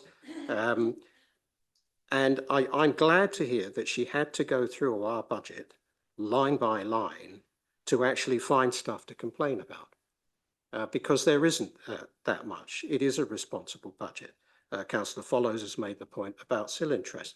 Yeah, we do, like everybody else, including Surrey County Council, take the interest off of our Section 106 and SIL balance, and we recycle it. And in our case, we recycle it into things like our capital programme and for example, our car parks. As other people have mentioned the point about the votes and us voting for stuff apparently that never ever happened. I would encourage Councillor Austin, when she's having her cosy chats with Tim Oliver, to do a line-by-line analysis with him of the submission that Surrey County Council have made and the government has adopted for the unitary in Surrey, and the absolute financial mess that it's going to be. It will be a new council. It will have its own powers to set taxes and have its own budget. And its starting point will be the legacy that's left by us. It would be the legacy that's been left by Surrey County Council. And the fundamental assumptions going into that model are the budget gaps that are left behind, the reserves that are left behind, and the simple fact that after everything, after all of the assumptions that Surrey County Council has made in that model, which include 4.99% council tax, not only on the Surrey part, but on the district and borough part, the levelling up and harmonisation of fees and charges to the highest common denominator. There is no capacity for any rash promises at all. In fact, if you take into account all of the assumptions that Surrey's put together, including all of those funding things, you still end up with a budget hole to the tune of £1,000 per year per household in 3 to 4 years' time. So there's literally no capacity to do any of the things, wishful thinking or otherwise, that we've heard about. On the staff vacancy savings, yes, as Councillor Murray quite rightly points out, it is terrible that we have these savings, because savings, I think, is a total misnomer. You know, that is a measure of the stress that our team is under on a daily basis, not only doing their day jobs, but now trying to plan for local government reorganisation. And Councillor Murray was very eloquent in ONS when he advocated quite strongly that any savings that we make on our staff budget because of these timing differences should be recycled back to our staff. And I think that is, I know he doesn't like me apparently listening or reacting to comments that are made in ONS, but that was heard loud and clear, and I couldn't agree with him more. I'm going to wrap it up there, not least because I've only got 15 seconds. I've said everything I wanted to say. I really do commend this budget. I'm very happy with the Brightwells and the Thriving Communities Funds amendments. Thank you very much. Thank you. Before we come to the votes, Jo, would you like to say anything? Thank you very much. I'd just like to clarify a couple of points. Our current working balances or 3.499 million. My assessment of what minimum prudent level is required, taking note of the current financial environment we are in, including the robustness of the budget, is 3.2 million. That gives us 299,000 headroom. The rest of the reserves have a purpose, and if not statutory, they're certainly operational, and that includes things like the local plan and the insurance fund. All the amendments are lawful. However, they are mutually exclusive. Taking the amendments individually, which affect the working balances, we have from Councillor Murray, Brightwells at 148,000 and car parks renovation at 151,000. Combined, that comes to 299, although I understand we are taking them separately. Councillor Austin has a draw on the working balances reserve of 299,000. Councillor Mirrlees, the Thriving Communities Fund, for 150,000. Any combination of these amendments affecting working balances must not exceed 299,000. Therefore, as amendments are agreed, we will take time to review our position. It is possible that subsequent amendments may fail depending on what headroom we have left available. I would also like to draw your attention to Budget Procedure Rule 7.13, which states, any minor amendments which does not have a material effect on the Executive's draft budget may be proposed at the budget meeting. I have set this value at 200,000, which is also the level adopted by your council as a key decision level. Thank you. Thank you, Jo. So we're going to take the votes. And the first one has 3 separate votes, all to be recorded. 2 no, all to be recorded. I don't know, Councillor Murray and Councillor Beaman, did they confirm that out loud? Councillor Murray and Councillor Beaman, you now have 2 amendments, is that correct? Would you formally agree? Correct, Madam Mayor. The first one about the street cleaning machine is withdrawn, as the portfolio holder has said that it's within the contract. So thank you very much for that. So Councillor Austin for Brightwells. No, it's the first name, Councillor Austin. Councillor Austin, we're voting on Councillor Murray's amendment, parts 2 and then 3.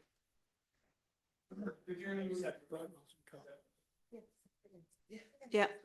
Madam Mayor, could you please read what we are going to be voting on so we can be clear? Thank you. We are voting on Councillor Murray's amendment and we are voting on part 2, followed by part 3.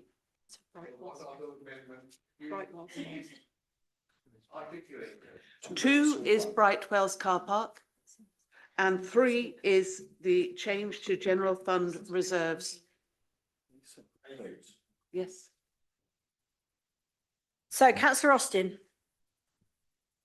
Oh, well, on this basis, I can't vote for this because we want our amendment. And I just want to say that I just think this, I think this whole process is ridiculous. And Point of order, Madam Mayor, that's not a yay or nay or abstain. So my Austin? vote, and I will be raising this with the monitoring officer Yes. after this meeting. Yes. If The you whole could just process. vote yes It is a nay, or no. sadly. It's a no. I was against. Yeah. Councillor Beaman. 4. Councillor Busby. 4. Councillor Coburn has left the meeting. Councillor Crowe. 4. Councillor Davidson. 4. Councillor Denis. Councillor Deuce. 4. Councillor Earwaker. 4. Councillor Fairclough. 4. Councillor Follows. 4. Councillor Gale. 4. Councillor Goodridge. Against. Councillor Hess. I think 4 after all that. Councillor Hyman. 4. Councillor Keane. 4. Councillor Keel. 4. Councillor Lawton. 4. Councillor Long. 4. Councillor MacLeod. 4. Councillor Martin. Against. Councillor Merriweather. 4. Councillor Mirrlees. 4. Councillor Morrison. 4. Councillor Munro. 4. Councillor Murray. 4. Councillor Nicholson. Councillor Ken Reid. 4. Councillor Ruth Reid. 4. Councillor Raleen. Councillor Paul Rivers. 4. Councillor Penny Rivers. 4. Councillor Spence. 4. Councillor Steiger. 4. Councillor Sullivan. Against. Councillor Liz Townsend. 4. Councillor Philip Townsend. Councillor Ward. 4. Councillor Weldon. 4. Councillor White. And Councillor Williams. Against.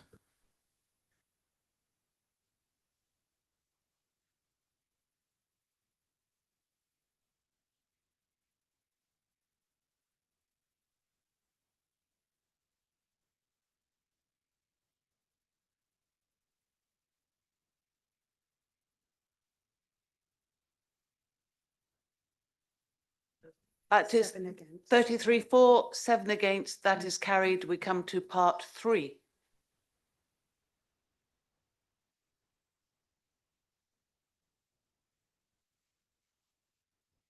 So this is the third part. So Councillor Austin. 4. Councillor Beeman. 4. Councillor Busby. Against. Councillor Coburn has left the meeting. Councillor Crowe. Against. Councillor Davidson. Councillor Denis. Councillor Deuce. Against. Councillor Earwaker. 4. Councillor Fairclough. Against. Councillor Follows. Against. Councillor Gale. 4. Councillor Goodridge. 4. Councillor Hess. 4. Councillor Hussaini. Oh, sorry. Councillor Hyman. 4. Councillor Keane. Against. Councillor Keel. Against. Councillor Lawton. 4. Councillor Long. Against. Councillor MacLeod. 4. Councillor Martin. 4. Councillor Merriweather. Against. Councillor Mirrlees. Against. Councillor Morrison. Against. Councillor Munro. Against. Councillor Murray. Sorry. 4. Councillor Nicholson. Councillor Ken Reid. Against. Councillor Ruth Reid. Against. Councillor Raleen. Councillor Paul Rivers. Against. Councillor Penny Rivers. Against. Councillor Spence. Against. Councillor Steiger. Against. Councillor Sullivan. 4. Councillor Liz Townsend. Against. Councillor Philip Townsend. Against. Councillor John Ward. 4.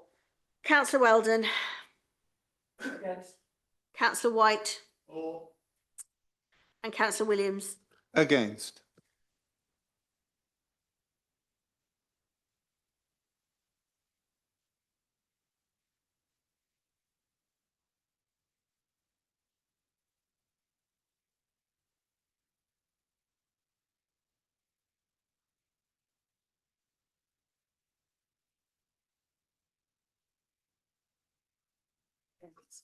It's not carried. 16 in favour and 24 against, so that is not carried. We move now to the next, which is council. Oh, okay.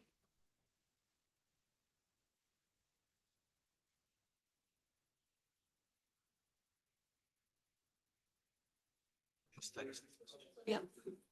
We'll just have a couple of minutes of adjournment.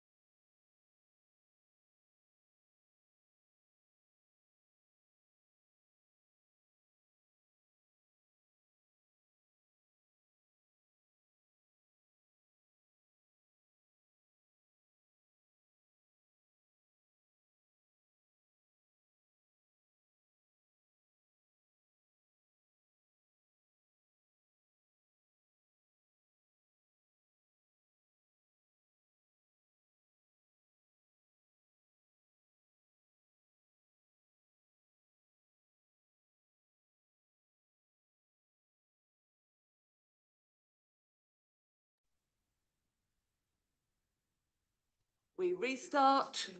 Joe. Thank you very much. In the previous vote, Councillor Murray on his Brightwells amendment had passed, and that we talked about headroom of 299. That takes up 148. So we only have 151 worth of headroom left. Therefore, Councillor Austin's amendment 299 therefore fails because it exceeds the headroom. A point of order, I think, Madam Mayor, that we haven't had an answer as to whether or not the 299,000 really stands as a number. It looks like it's just picked out the air, and Thank you, Councillor we want Hyman. to know how much of EPR can we spend and give. We've been back to told. members. We've been told. Thank you. So we move on to Councillor Mirrelly's amendment. So councillor Austin. So just to confirm, this is councillor Merrilees' amendment. So on the basis of my previous statement, I abstain. Yes or no? For or against or abstain? Abstain. Or abstain? I abstain. Councillor Beeman. For. Councillor Busby. For. Councillor Crowe. For. Councillor Davidson. Councillor Denis. Councillor Deuce. For. Councillor Earwaker. For. Councillor Fairclough. For. Councillor Follows. For. Councillor Gale. Abstain. Councillor Goodridge. Abstain. Councillor Hess. Councillor Hussaini. Oh, sorry. Councillor Hyman. Abstain. Councillor Keane. For. Councillor Keel. For. Councillor Lawton. For. Councillor Long. For. Councillor MacLeod. For. Councillor Martin. Abstain. Councillor Merriweather. For. Councillor Mirrellees. For. Councillor Morrison. For. Councillor Monroe. For. Councillor Murray. For. Councillor Nicholson. Councillor Ken Reid. For. Councillor Ruth Reid. For. Councillor Raleen. Councillor Paul Rivers. For. Councillor Penny Rivers. For. Councillor Spence. For. Councillor Steiger. For. Councillor Sullivan. Councillor Liz Townsend. For. Councillor Philip Townsend. For. Councillor Ward. For. Councillor Weldon. For. Councillor White. For. Councillor Williams. For.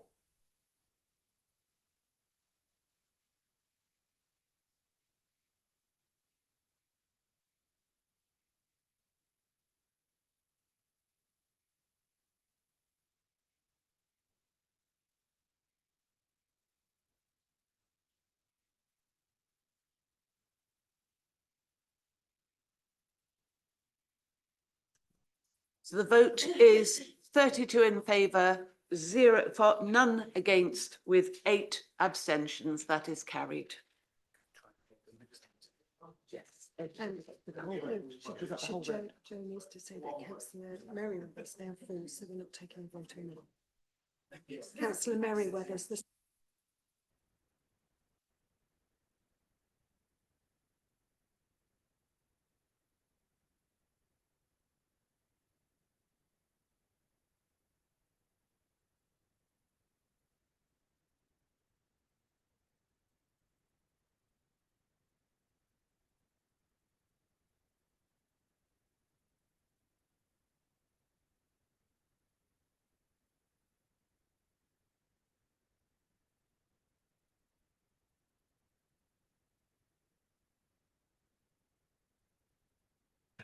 So now we come to the amended budget. And it's another roll call vote. So councillor Austin. Against. Councillor Beeman. Abstain. Councillor Busby. For. Councillor Crowe. For. Councillor Davidson. For. Councillor Denis. Councillor Deuce. For. Councillor Earwaker. Abstain. Councillor Fairclough. For. Councillor Follows. For. Councillor Gale. Abstain. Councillor Goodridge. Against. Councillor Hess. Councillor Hyman. Abstain. Councillor Keane. For. Councillor Keel. 4. Councillor Lawton,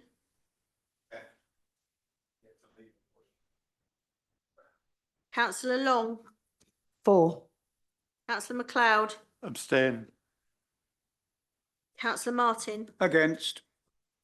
Councillor Merriweather, 4. Councillor Mirrlees, 4. Councillor Morrison, 4. Councillor Monroe, 4. Councillor Murray, Abstain.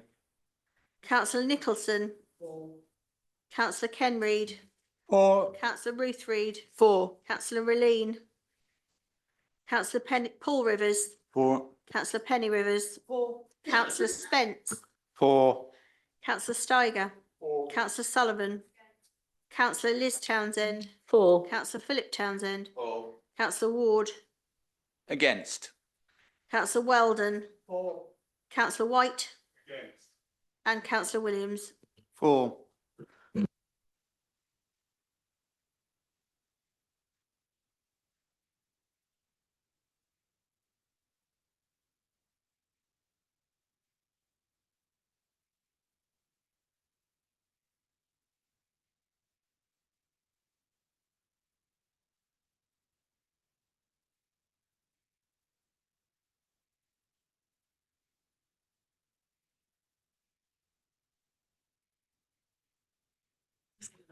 So the vote is 7 abstentions, 8 against, 24 in favour. That is carried. So now we have to have a vote on whether to continue.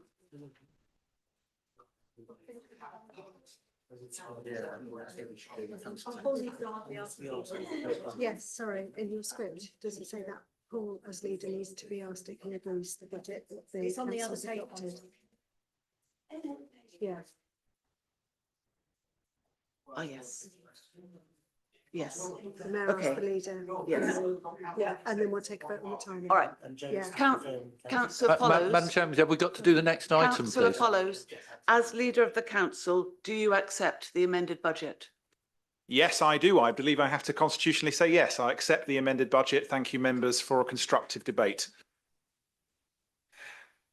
Yes, and Joe needs to say that as well, And Joe, you need to confirm that you are, that it hasn't impacted on the council tax. that it hasn't impacted on council tax. I would like to confirm that it has no impact on council tax.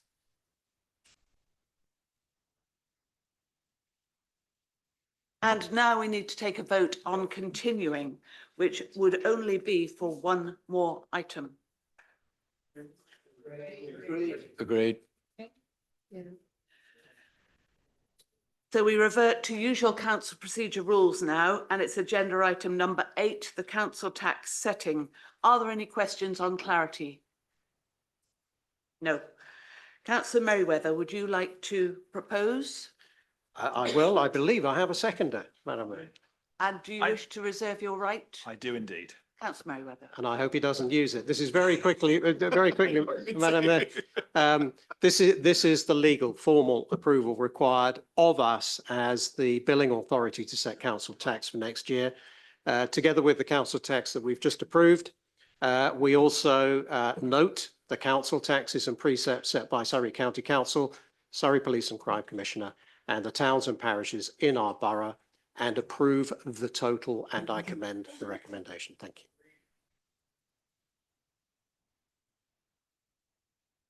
Are we allowed to do it by general consent? Because I think we actually have to do a count, don't we, Madam Mayor? Sorry, yeah. By law. Thank you, thank you. It has to be a roll call vote. Is everybody happy to move to a roll call vote? Councillor Austin, 4. Councillor Beeman, 4. Councillor Busby, 4. Councillor Crowe, 4. Councillor Davidson, Councillor Denis, Councillor Deuce, 4. Councillor Earwaker, 4. Councillor Follows, 4. Councillor Fairclough, 4. sorry, Councillor Gale, Councillor Goodridge, 4. Councillor Hess, Councillor Hyman, 4. Councillor Keane, 4. Councillor Keel, 4. Councillor Lawton, Councillor Long, 4. Councillor MacLeod, 4. Councillor Martin, 4. Councillor Merriweather, Councillor Mirrlees. 4, Sorry, councillor Barker-Lomax. Oh, she's gone. No. Sorry, yeah, she's here. Councillor Morrison. 4. Councillor Monroe. 4. Councillor Murray. 4. Councillor Nicholson. Councillor Ken Reid. 4. Councillor Ruth Reid. 4, Councillor Raleen. Councillor Paul Rivers. 4. Councillor Penny Rivers. Councillor Spence. Councillor Steiger. Councillor Sullivan. Councillor Liz Townsend. 4. Councillor Philip Townsend. Councillor Ward. 4. Councillor Weldon. Councillor White. Councillor Williams. 4. That's unanimous. Madam Mayor. Carried unanimously. I will end this adjourn this Adjourn until the third of next March. time, until the 3rd of March.